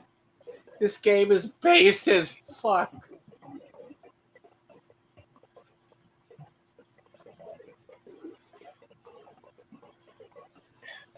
Anyway, I'll probably have to go in like 5. You're good. We covered the bait stuff. We'll have to cover that again. Look, I don't know what's going to shake out of the Iran deal. Like, I don't think there's going to be peace. Yeah, it's going to be hard to at this point. Like, I don't think the Iranians are going to concede anything. I don't think they're going to allow for regime change, and even if that happens, I don't think it will last. Because at this point, I think a lot of Iranians, like the people living there, are probably radicalized against America because, if you look, I'll be honest, if the end game is to let the people rise up. I don't think that's going to happen. There was like some sentiment against the government, obviously, before. But now that the UN and Israel have bombed quite a bit of Iran, I think a lot of those people are gonna think twice before like overthrowing the government that is, well, Well, the thing is, they killed their own people, so they do, but at the same time, it's their country. it's interesting because the idea is, It's like, imagine if you had the Democrats and they were like very authoritarian. If another country was invading you and bombing you to take out the Democrats and also killing, civilians in the process, because that happens, would you be okay with that? I mean, it is not. I mean, revolution's harder. Yeah, it's complicated. By the way, there's a thing in the fight art of video games that we had lost. I'll close on this with you. It's gonna be funny. I finally found it, by the way.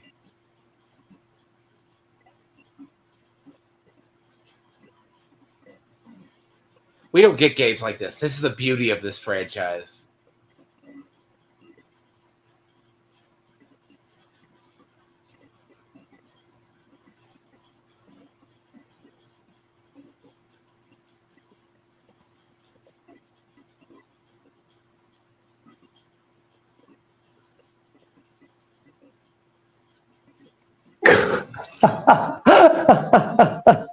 Yeah.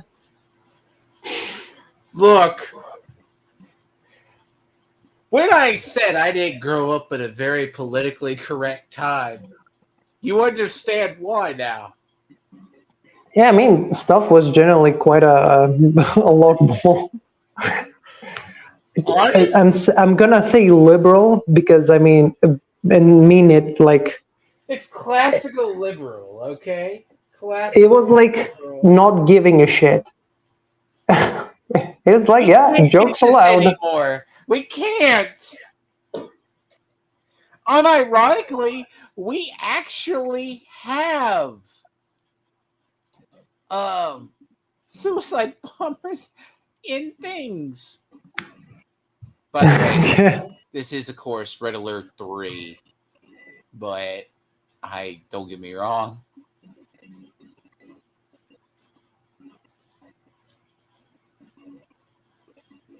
That's George Takei. Yep.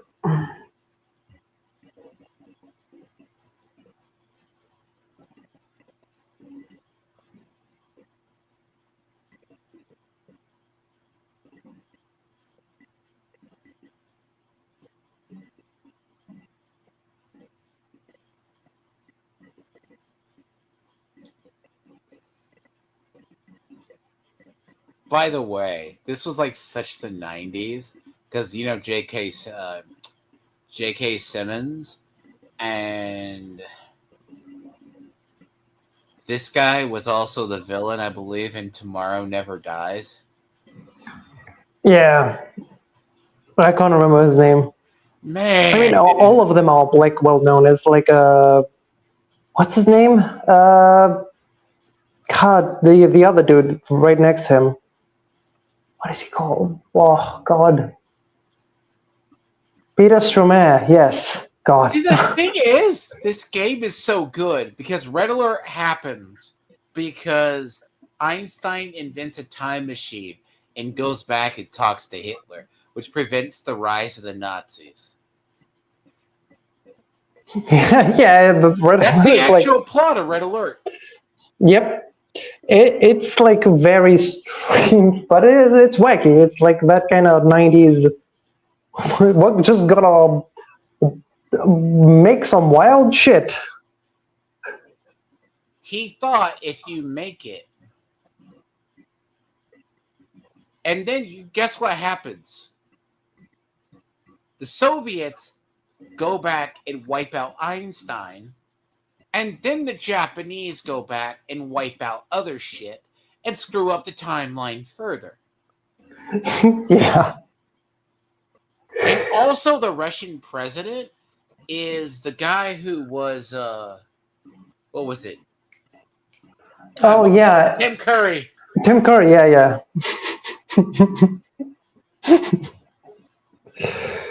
Oh, good times.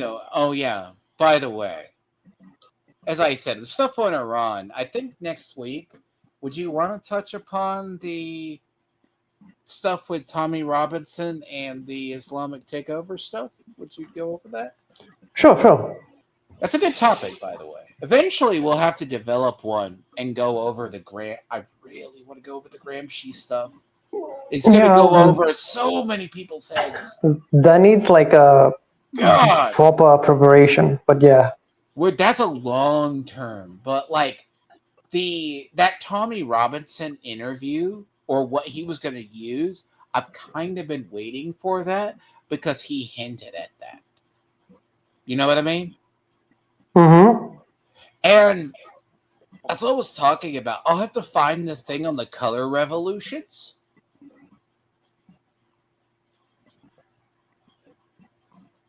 Yeah, I'm gonna try and find it too.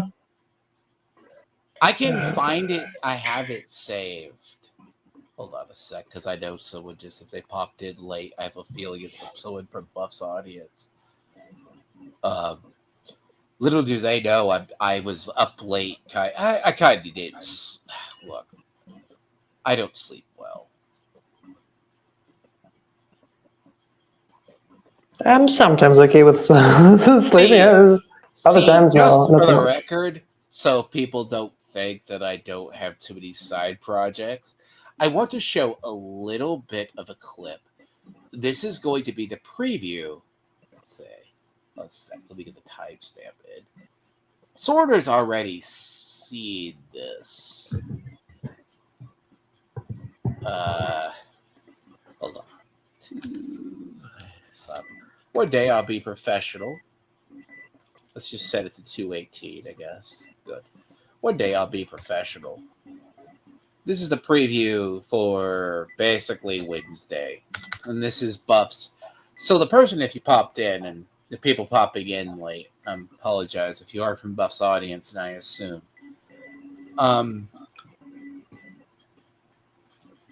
People who deal with me are familiar with the ballad of a guy named... He no longer has a real name with me. We used to call him Fagatoni, Mexifrog. Great individual. He's very similar to their E-Daddy. And I'm going to show this to people.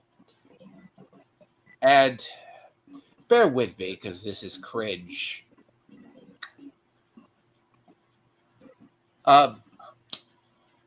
It's a 41-minute video. I don't know how far I'm going to get. I'm probably gonna dip out. We'll talk later, man. Yes, you take care, Sorter. You gotta go. Boy. And I shall get out of here after this. So, see, Tony is a special individual. Yes.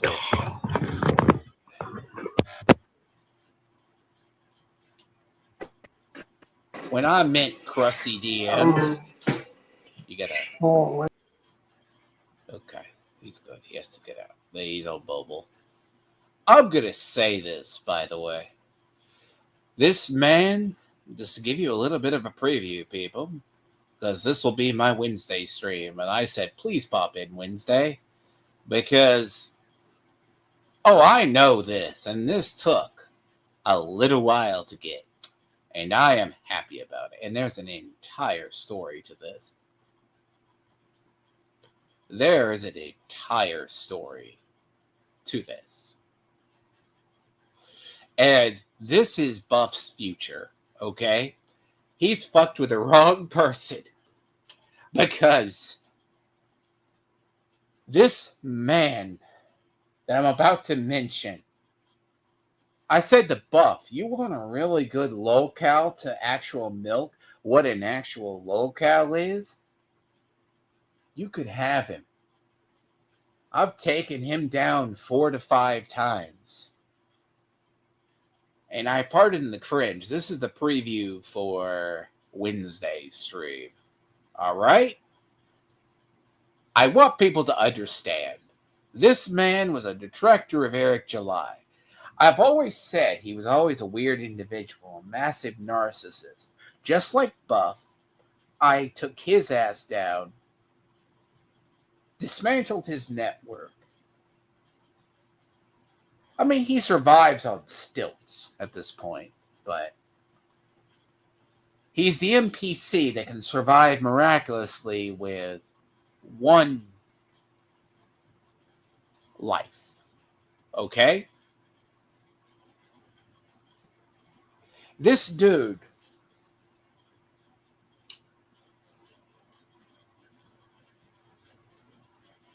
because we know Buff's an actual incel. Now, I'm not going to show too much, but there's something I want to show. I think it's right here. Because this shit is, I wouldn't care, but this is knowledge for me. The fun fact is, this is all previewed. So, the issue is, I'm going to say, if anyone tries to steal this, I'll be whatever. I was given this after actually having to make deals, but my part. The thing about this actually is, when I say that Buff has crusty DMs because today he was doing a Buff Moon stream, that's just the beginning. This dude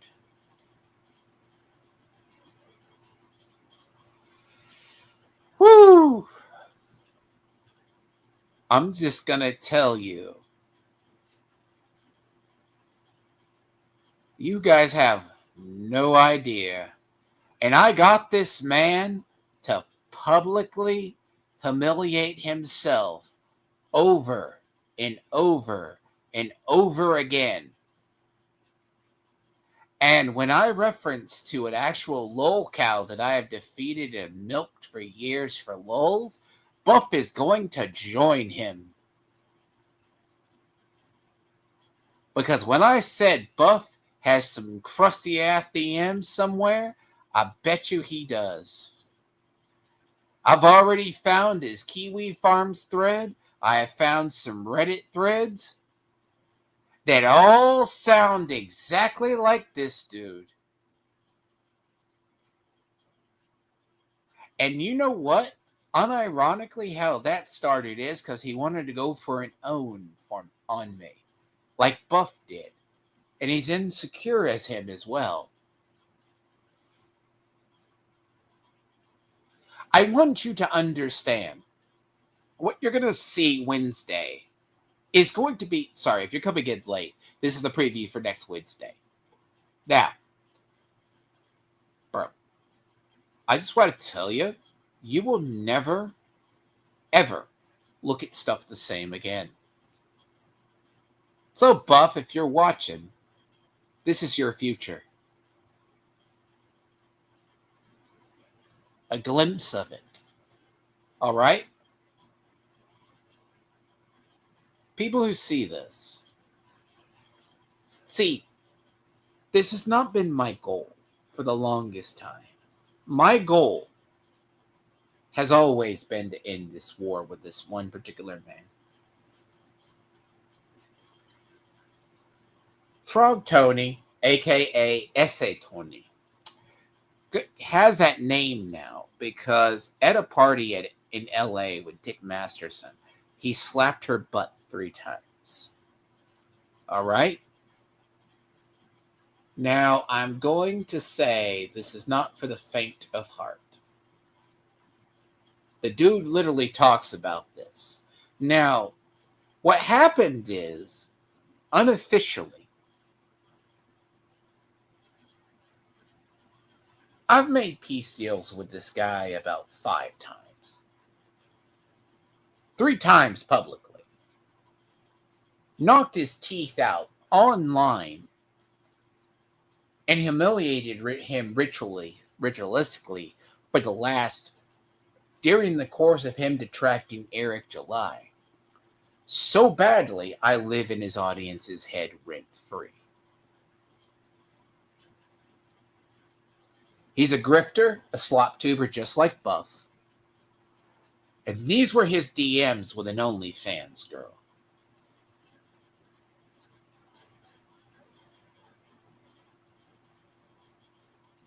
Hey, Omar, nice to see you. Pass this forward to your E-Daddy. So, I'll get into this more Wednesday. This is his future. The interesting part about this is this man... By the way, Omar decided to dox people. And in fact, I would have a good sound clip if I had finished editing this morning. I didn't get distracted with dealing with friends.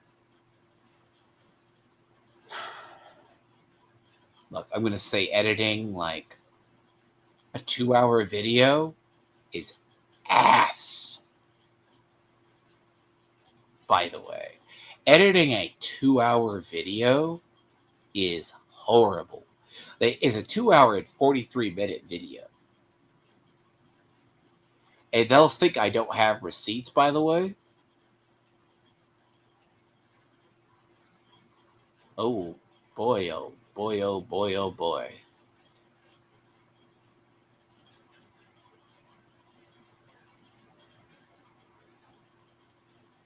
Actually, I guess it ain't gonna show.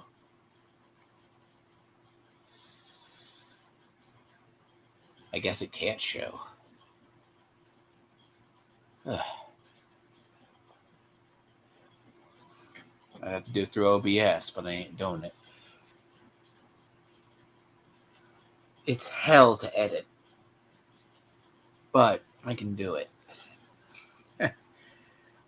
Anyways. And by the way, enjoy from the shadows, by the way. Oh, the funny part about it is I see it in StreamYards, but I don't see his stuff because I know he's watching.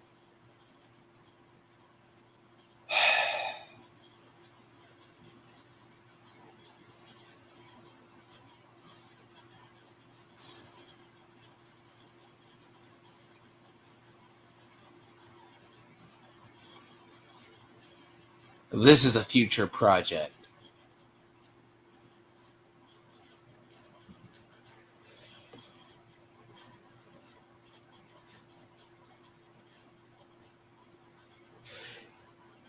By the way, Buff, you should really watch what you say and watch your body language. Because you know what? I found some really good stuff on you. Really good.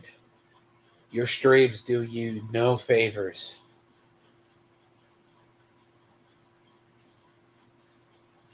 I'm just going to tell you.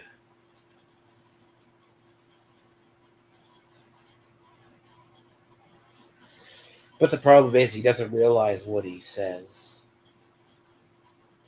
Okay? If you knew what he said, I would be shocked. But personally, I don't know anymore. He's not obvious. And when you're talking about editing, I edit. He said he thought about popping a boner every time someone talks about him. Do you know who else said something similar? This guy. This guy talked about having one on a bus. Well, let me find it.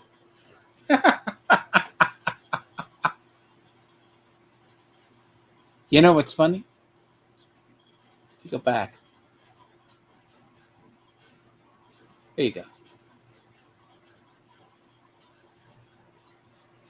So, when he makes cringy little comments about, see, he's closeted.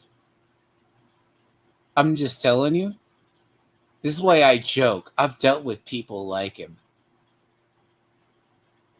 Guess what? This dude's special. Buff, do you see the similarities to you? Yeah.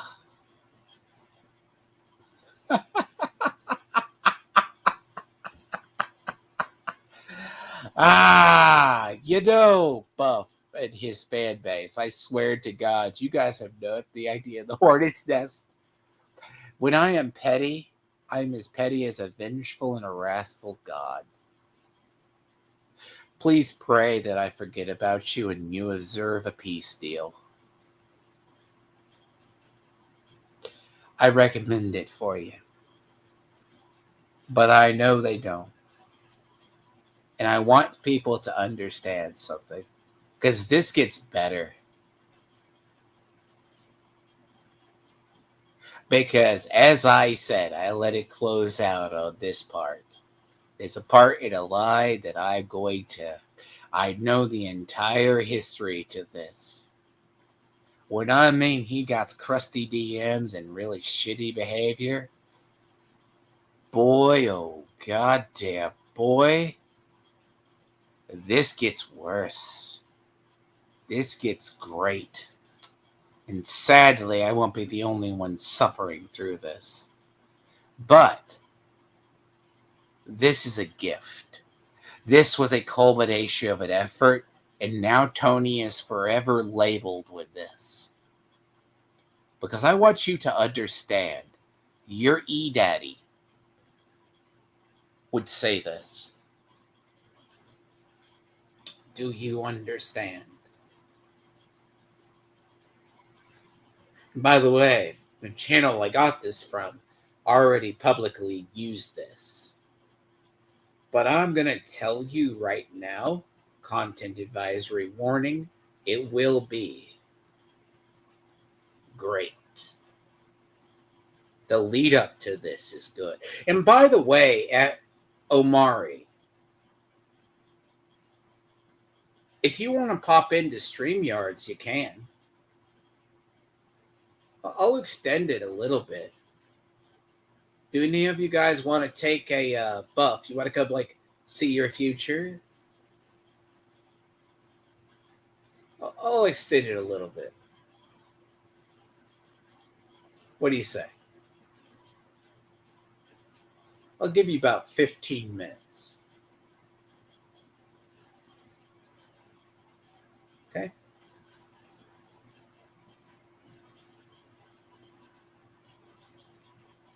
Feel free. If anyone for a Buffs chat community wants to pop up, please identify yourselves. There you go. I won't mute you. I won't kick you.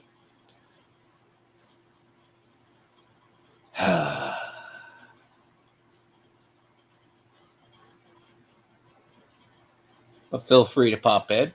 I'm an equal opportunity person.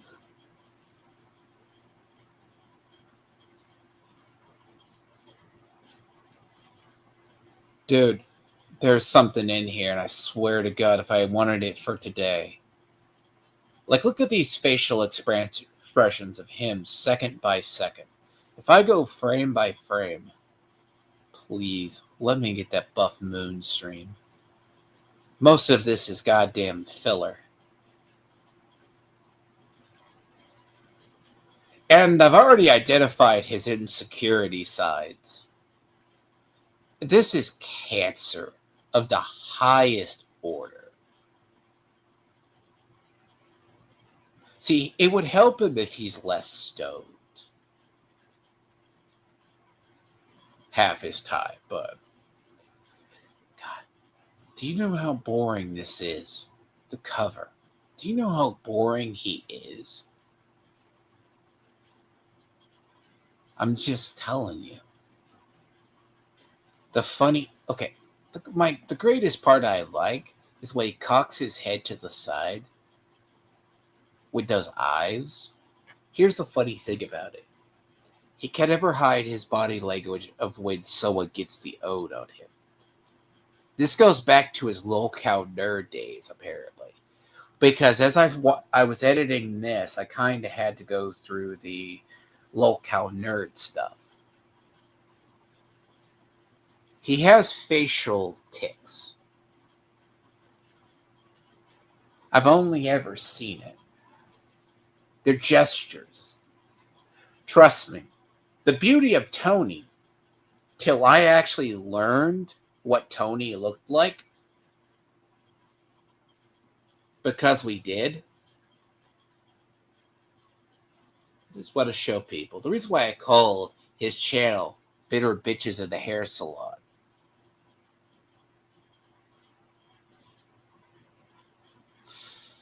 God, where is it? Where is it? Where did I put it? God damn it. See, I used to have it. I think it's... There you are. Yeah, I got it. See, I'm a consummate organizer. If you don't organize your material...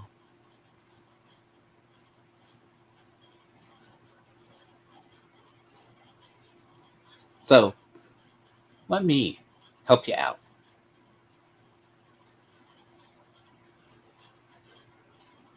This is Frog Tony. You've already seen what he looks like at his thing. This is his council. Like, this is the latest one.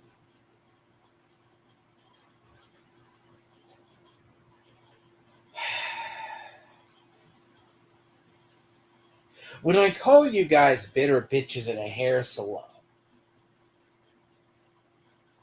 okay, I want you to see the similarities between yourselves and that image. Okay?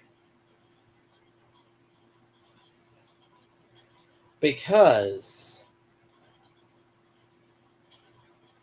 you don't get it, do you?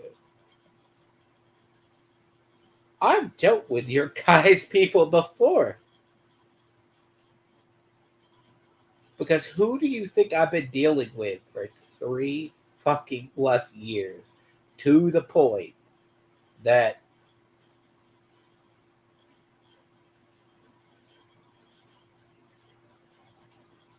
I've been dealing with this crap from another person for 3 years.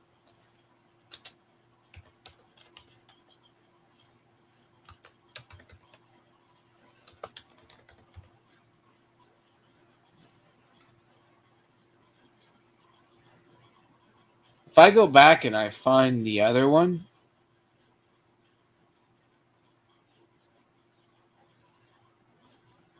I'm going to speak because this is the thing. This goes for your guys' audience. I want you to learn this. Remember that image. This guy's you.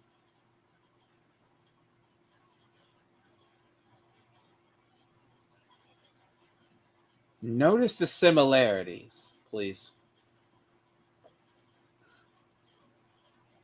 But these people have years on you. And you said he dealt in Comicsgate. You should know who a couple of these people are. Okay?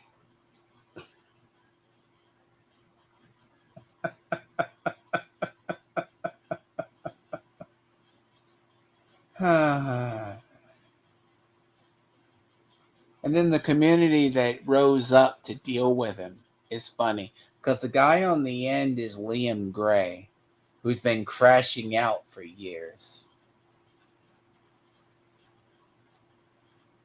Okay? It goes to show these people are cowards. The problem is, you guys don't understand what you're dealing with. Please, please, please, please pray. You don't hear from me again. And if he wants to see his future, again, it has begun.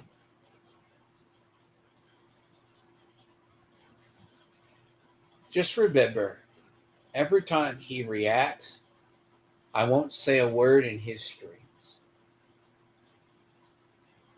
Right click, download. He won't know I'm there.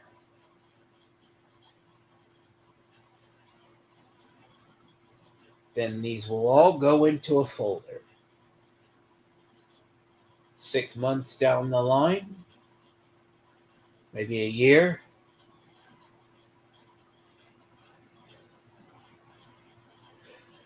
because I like the really awkward sound bites I hear from him. It's such hilarious. Because you guys come from the locale universe, so you're used to the quippy one-liners that he does. Me, personally, I find them cringe.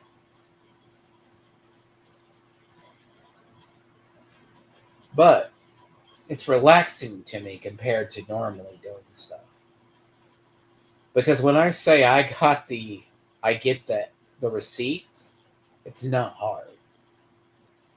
And when I'm not gaming, idiots, I'm always researching another topic.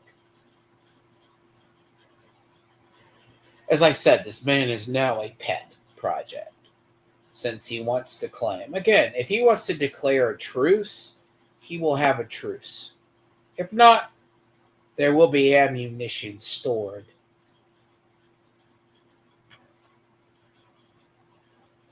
Because, just a bit. But let me share a couple of other things. Because there's an entire folder. Like, I'm sorry, I have folders dedicated to people. You know why?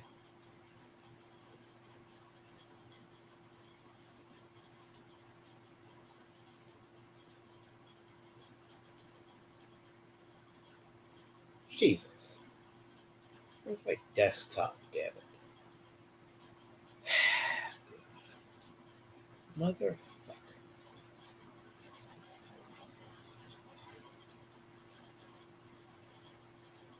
You know what I hate when you have to pull up a file? It's like pulling from desktop.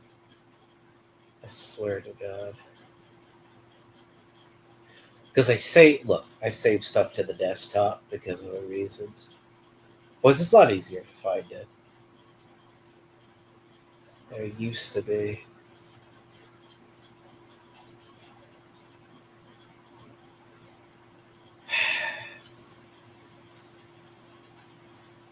And the problem is, because I do work with other YouTubers, and ironically. And it's really hilarious with a lot of these clips that I could do. And they don't make him look flattering.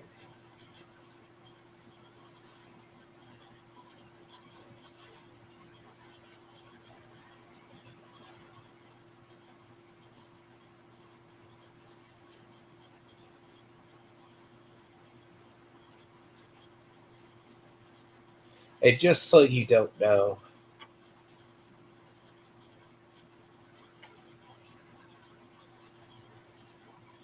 the idea itself is when I get petty, by the way, I get even.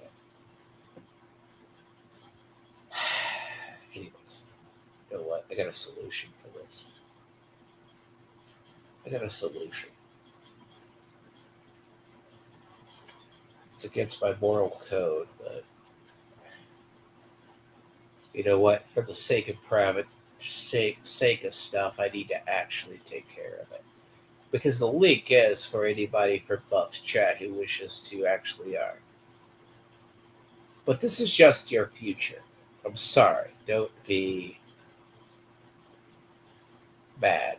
Because, look, me personally, we're talking like I don't even have to do hit jobs. We gotta watch Homeless Larry. Do you see how I say? I remember usually he. By the way, you see how I said this guy does panels and then he tries to think he's funny? Okay. Preference this. Buff is a lolcow. He got fired by Keemstar. The audience hated him. He emotionally abused his people. He's interviewing a stripper. So, how many strippers do you think he's going to interview in this one? It's a Christmas one. Like, he must have gotten the owner's okay, right? Like, this has got to be like after hours, before hours, something. Well, if I it's just want you to after, understand. Atoy, how many stripper elves do you think are in this video? It's a good question. I'm gonna go 4. See, the funny part about 3 fat ones and 1 skinny, like heroin addict looking one. 2 packs of ass himself. Notice Winberg says Sorry. now. Notice the similarities between Buff's community and this content. It's just minus the sound effects. I'll have everything timestamped at the end. This is getting interesting. Now this is pod racing.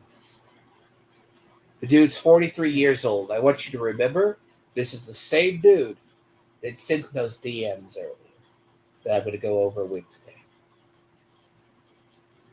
Well, we're going to have to find out. For some, I'm saying it's the dancers, okay? he's getting Black Widow. This one class is teaching you how to do the little twirlies on the pole without breaking your ass. I'm not advocating for men quality that you're looking for. Yeah, them guys might. Actually, there's a period. I have to find it. I need to go to the shorter, quippier version.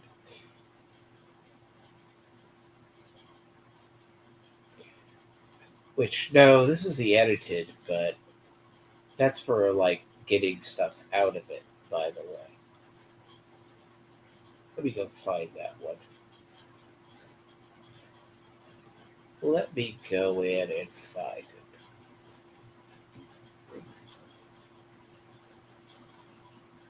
Let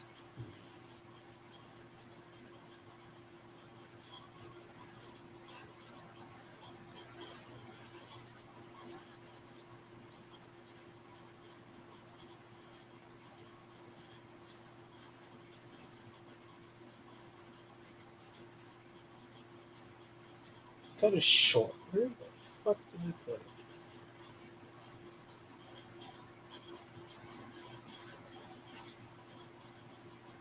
You know what? I used it before.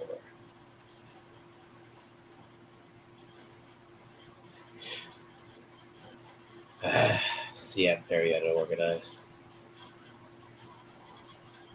Because I had to edit it out at some point. Because this dude is a lolcow to himself.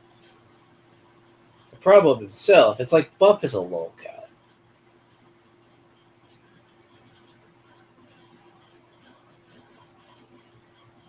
And the trick about this is,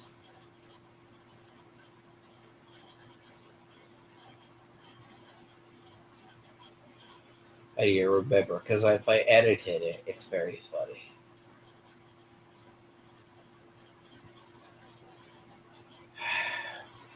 Because this dude is hilarious.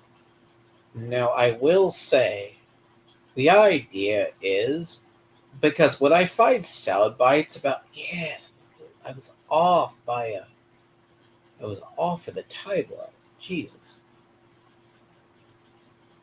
It's weird how time flies when you're actually having to deal with people.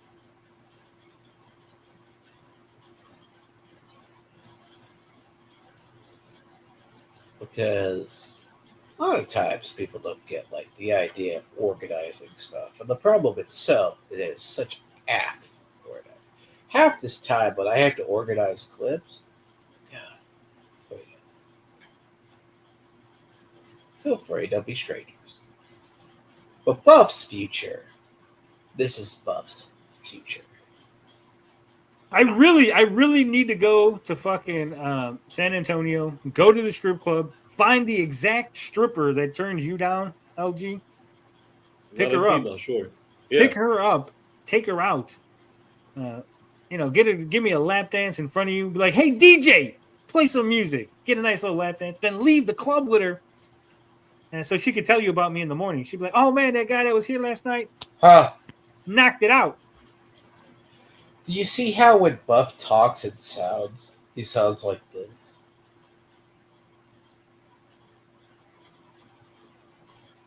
Because I know he's going to take this part and clip it out for himself. You would love that, Larry. And you can live vicariously through the stories they tell about me. Because you see how he sounds like Buff? He really does, the lines. Do you have any responses, Omar?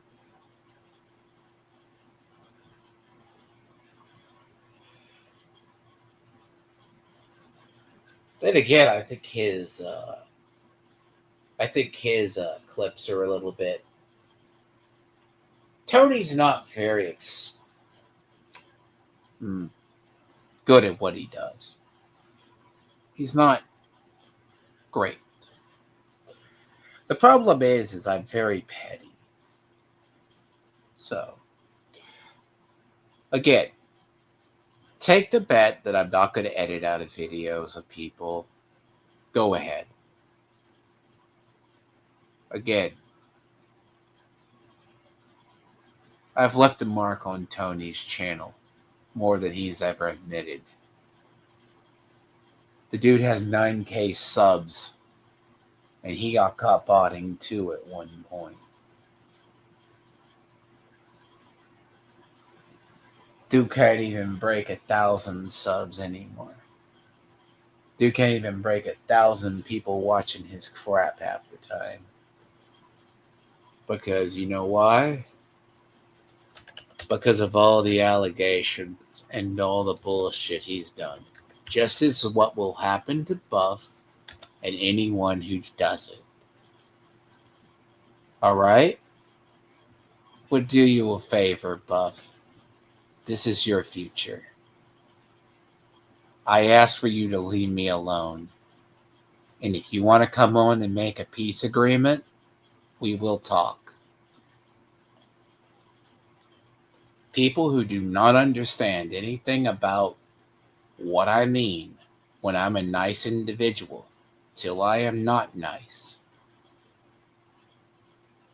Don't be shy from Buff's audience.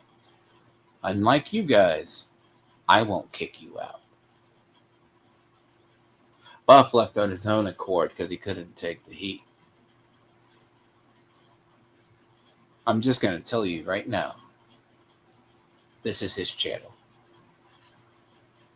as it stands now.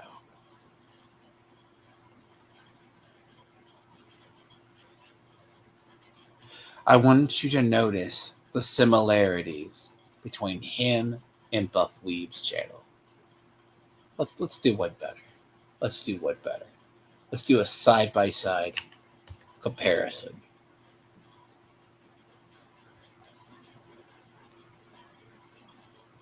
Let's see. Let's just drive home a point.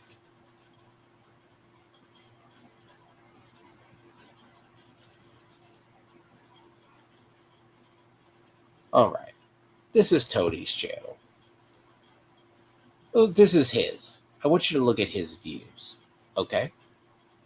He gets a lot of low-cal views, like clickbait thumbnails. He's less entertaining.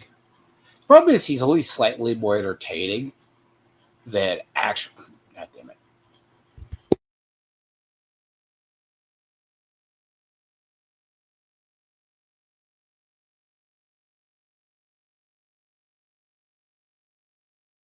Fuck.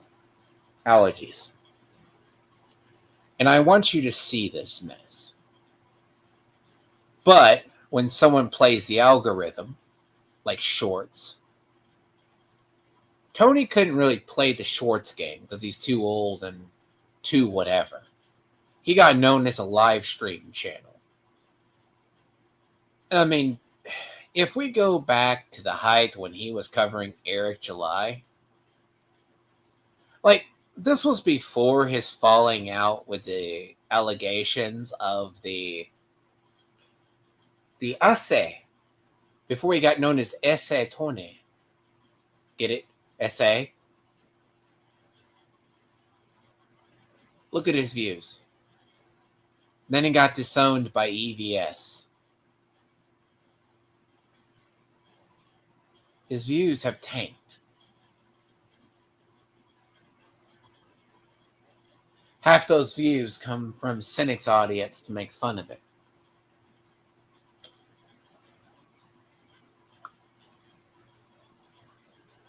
Guess what? He only has about 15 people in his chat at all times. Okay? Similar to this guy.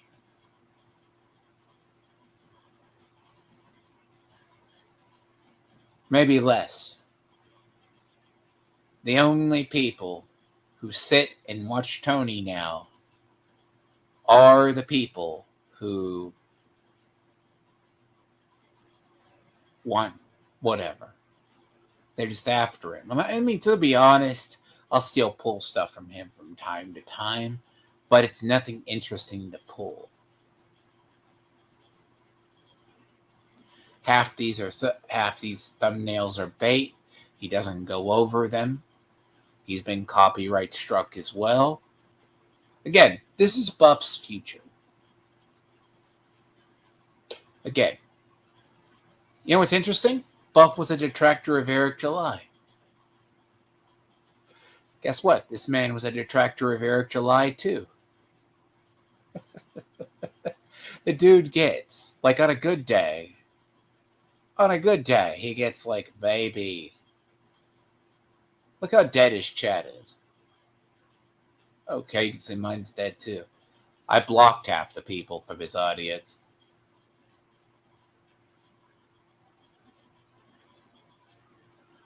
Count all the new names. Gay Beads. A lovely individual.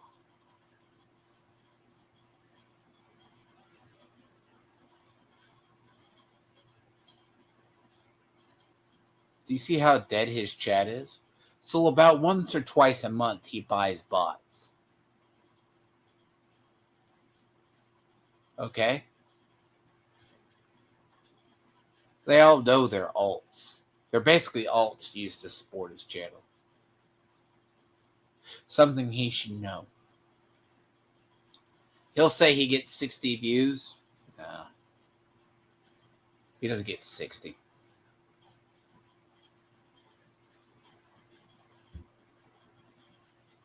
See, Buff, that's your future. He got up to about 10,000 subs. He's lost about 900. He burns through his audience quicker than anybody could ever do in his entire life. His audience turns over every 6 months. I've seen people who digging back to find videos to edit, which I still got more to do, from Buff's channel and from Locale Live. He has people in his audience who are no longer there. Again, that's the same churn and burn Tony had.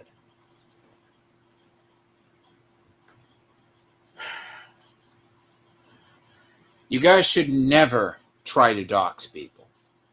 Because whatever you guys did, and you guys made that personal the other day, I don't care if it was for laughs. I'll take the apology. Again, I have friends in high places. I work with a lot of other YouTubers. I'm tame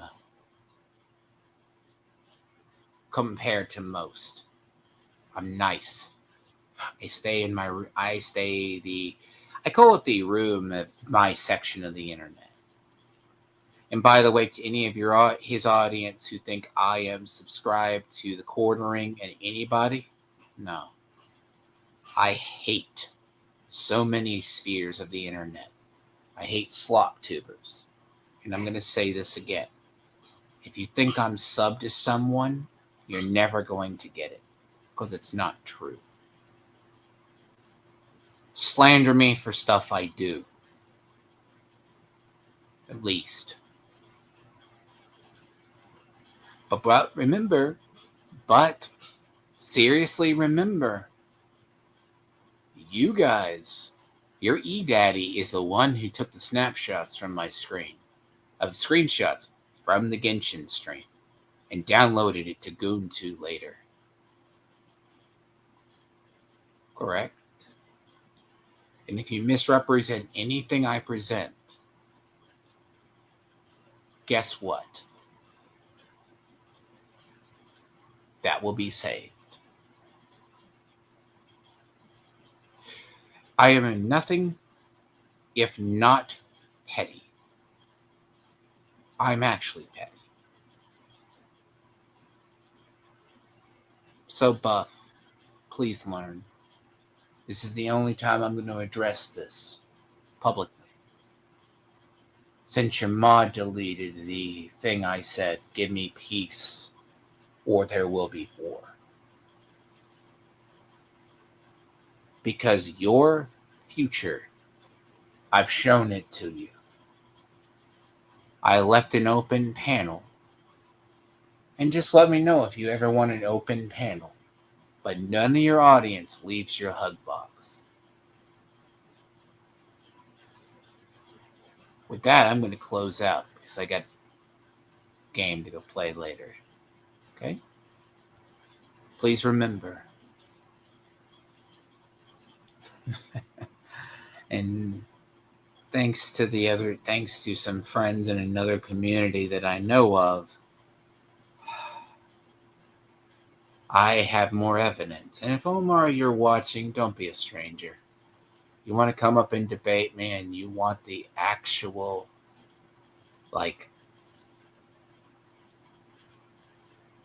you want an actual audience and anyone from Buff's audience that wants something with me, please. It's an open invitation. Kingler, you don't have to watch because I can see when you're here. And I want you to understand, Buff. Blurred. Let me tell you something. Again, this is all how it started. This all started the same way with Tony. Tony never understood what he got into before he did it. If anything, I am fair. Take it as a joke. I've already found 15 good sound bites in this damn thing from it. The good thing about him versus Tony, for real, is he's young and dumb. Tony at least parses his words to where I have to listen to long stretches and actually clip stuff out of it. And then I have to edit out parts. This guy is so ADHD,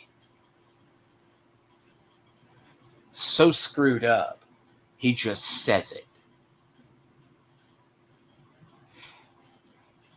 The greatest part about this is, too, Tony never used his actual image till we found out about it. Oh, and boy, when we did, that's why he left the internet for like 3 weeks.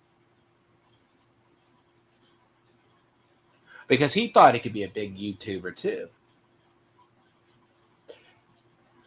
The thing about this, what the only thing annoys me is this is just the fucking worst, is he doesn't transform content.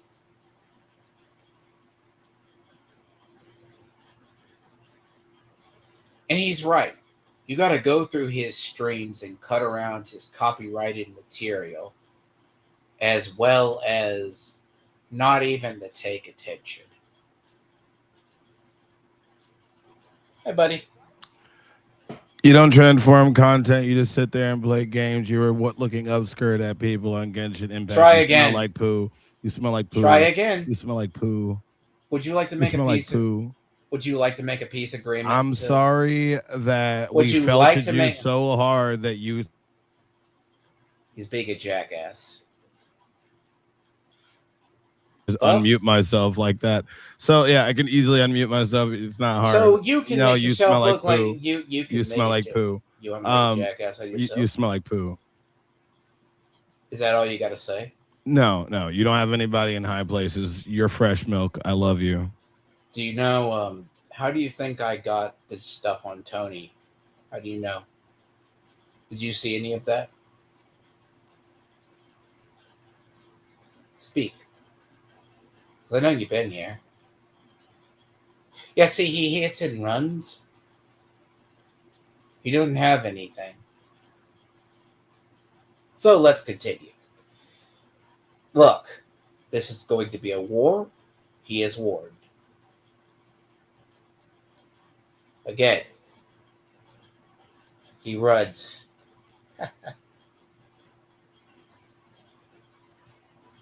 Oh. You know what's funny? I shower twice a day, and I weigh less than half his audience, period. And I look better. I at least grew myself, and I don't look like I smoke all the time, and I don't look like I live in the fucking ghetto. Actually, that's the funny point. So he watched the war. That's the guy, by the way, that was dressed up as, he's so basically insecure. His audience made him dress up as Buff Sailor Moon. There's actually a clip at the beginning of this stream that I have isolated with him looking in fear. See, I remember the timestamp, actually. Christ, is his streams annoying.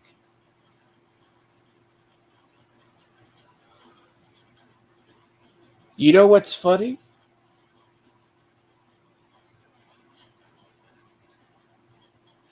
Isolating it is not the hard part. He makes himself look bad.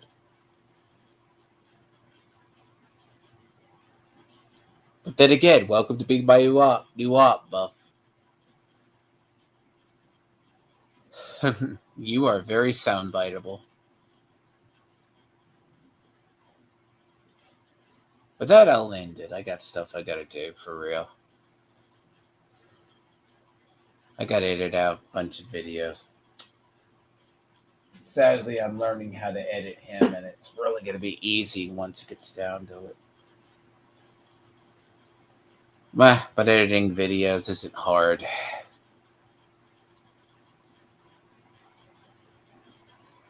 Most of this is stupid anyways.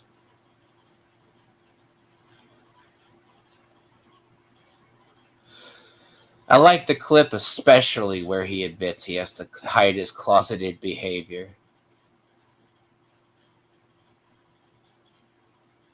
See you around, though. Again, Buff, why don't you come over? Again. Buzz, do you want to play this game? We will play this game. Because you shouldn't be admitting to self-reporting. And I actually found a lot of self-reports through here. I found self-reports in this one, too. They're all time-stamped. But then again, remember, you dressed up in a dress. You're definitely gay. Until then, I will catch you later, though. It's going to be funny. This is going to be a very fun journey. And just so you know, your future is that of frog toadies. You don't have an idea. You're dumb. You could say you could call me fresh milk. You're a fresh bitch. But then again, I need a good long-term war to keep those skills up and running. Because if I don't, I get rusty. Wars and petty conflicts are what keep those skills sharp. Outside of that, they get dull. And don't run, Buff. And if you're going to talk about me, please at least tag me, for fuck's sakes. At least I do that to you. Don't watch it in silence. Show the rest of your world the Buff Weeb stream. Ah, no, you won't do it. Because it's going to embarrass you. Because you get easily embarrassed and you're insecure. But then again, when you're narcissistic and insecure, and it shows, Your body language gives you away. Your voice patterns give you away. But thank you for showing your ass and playing into my trap.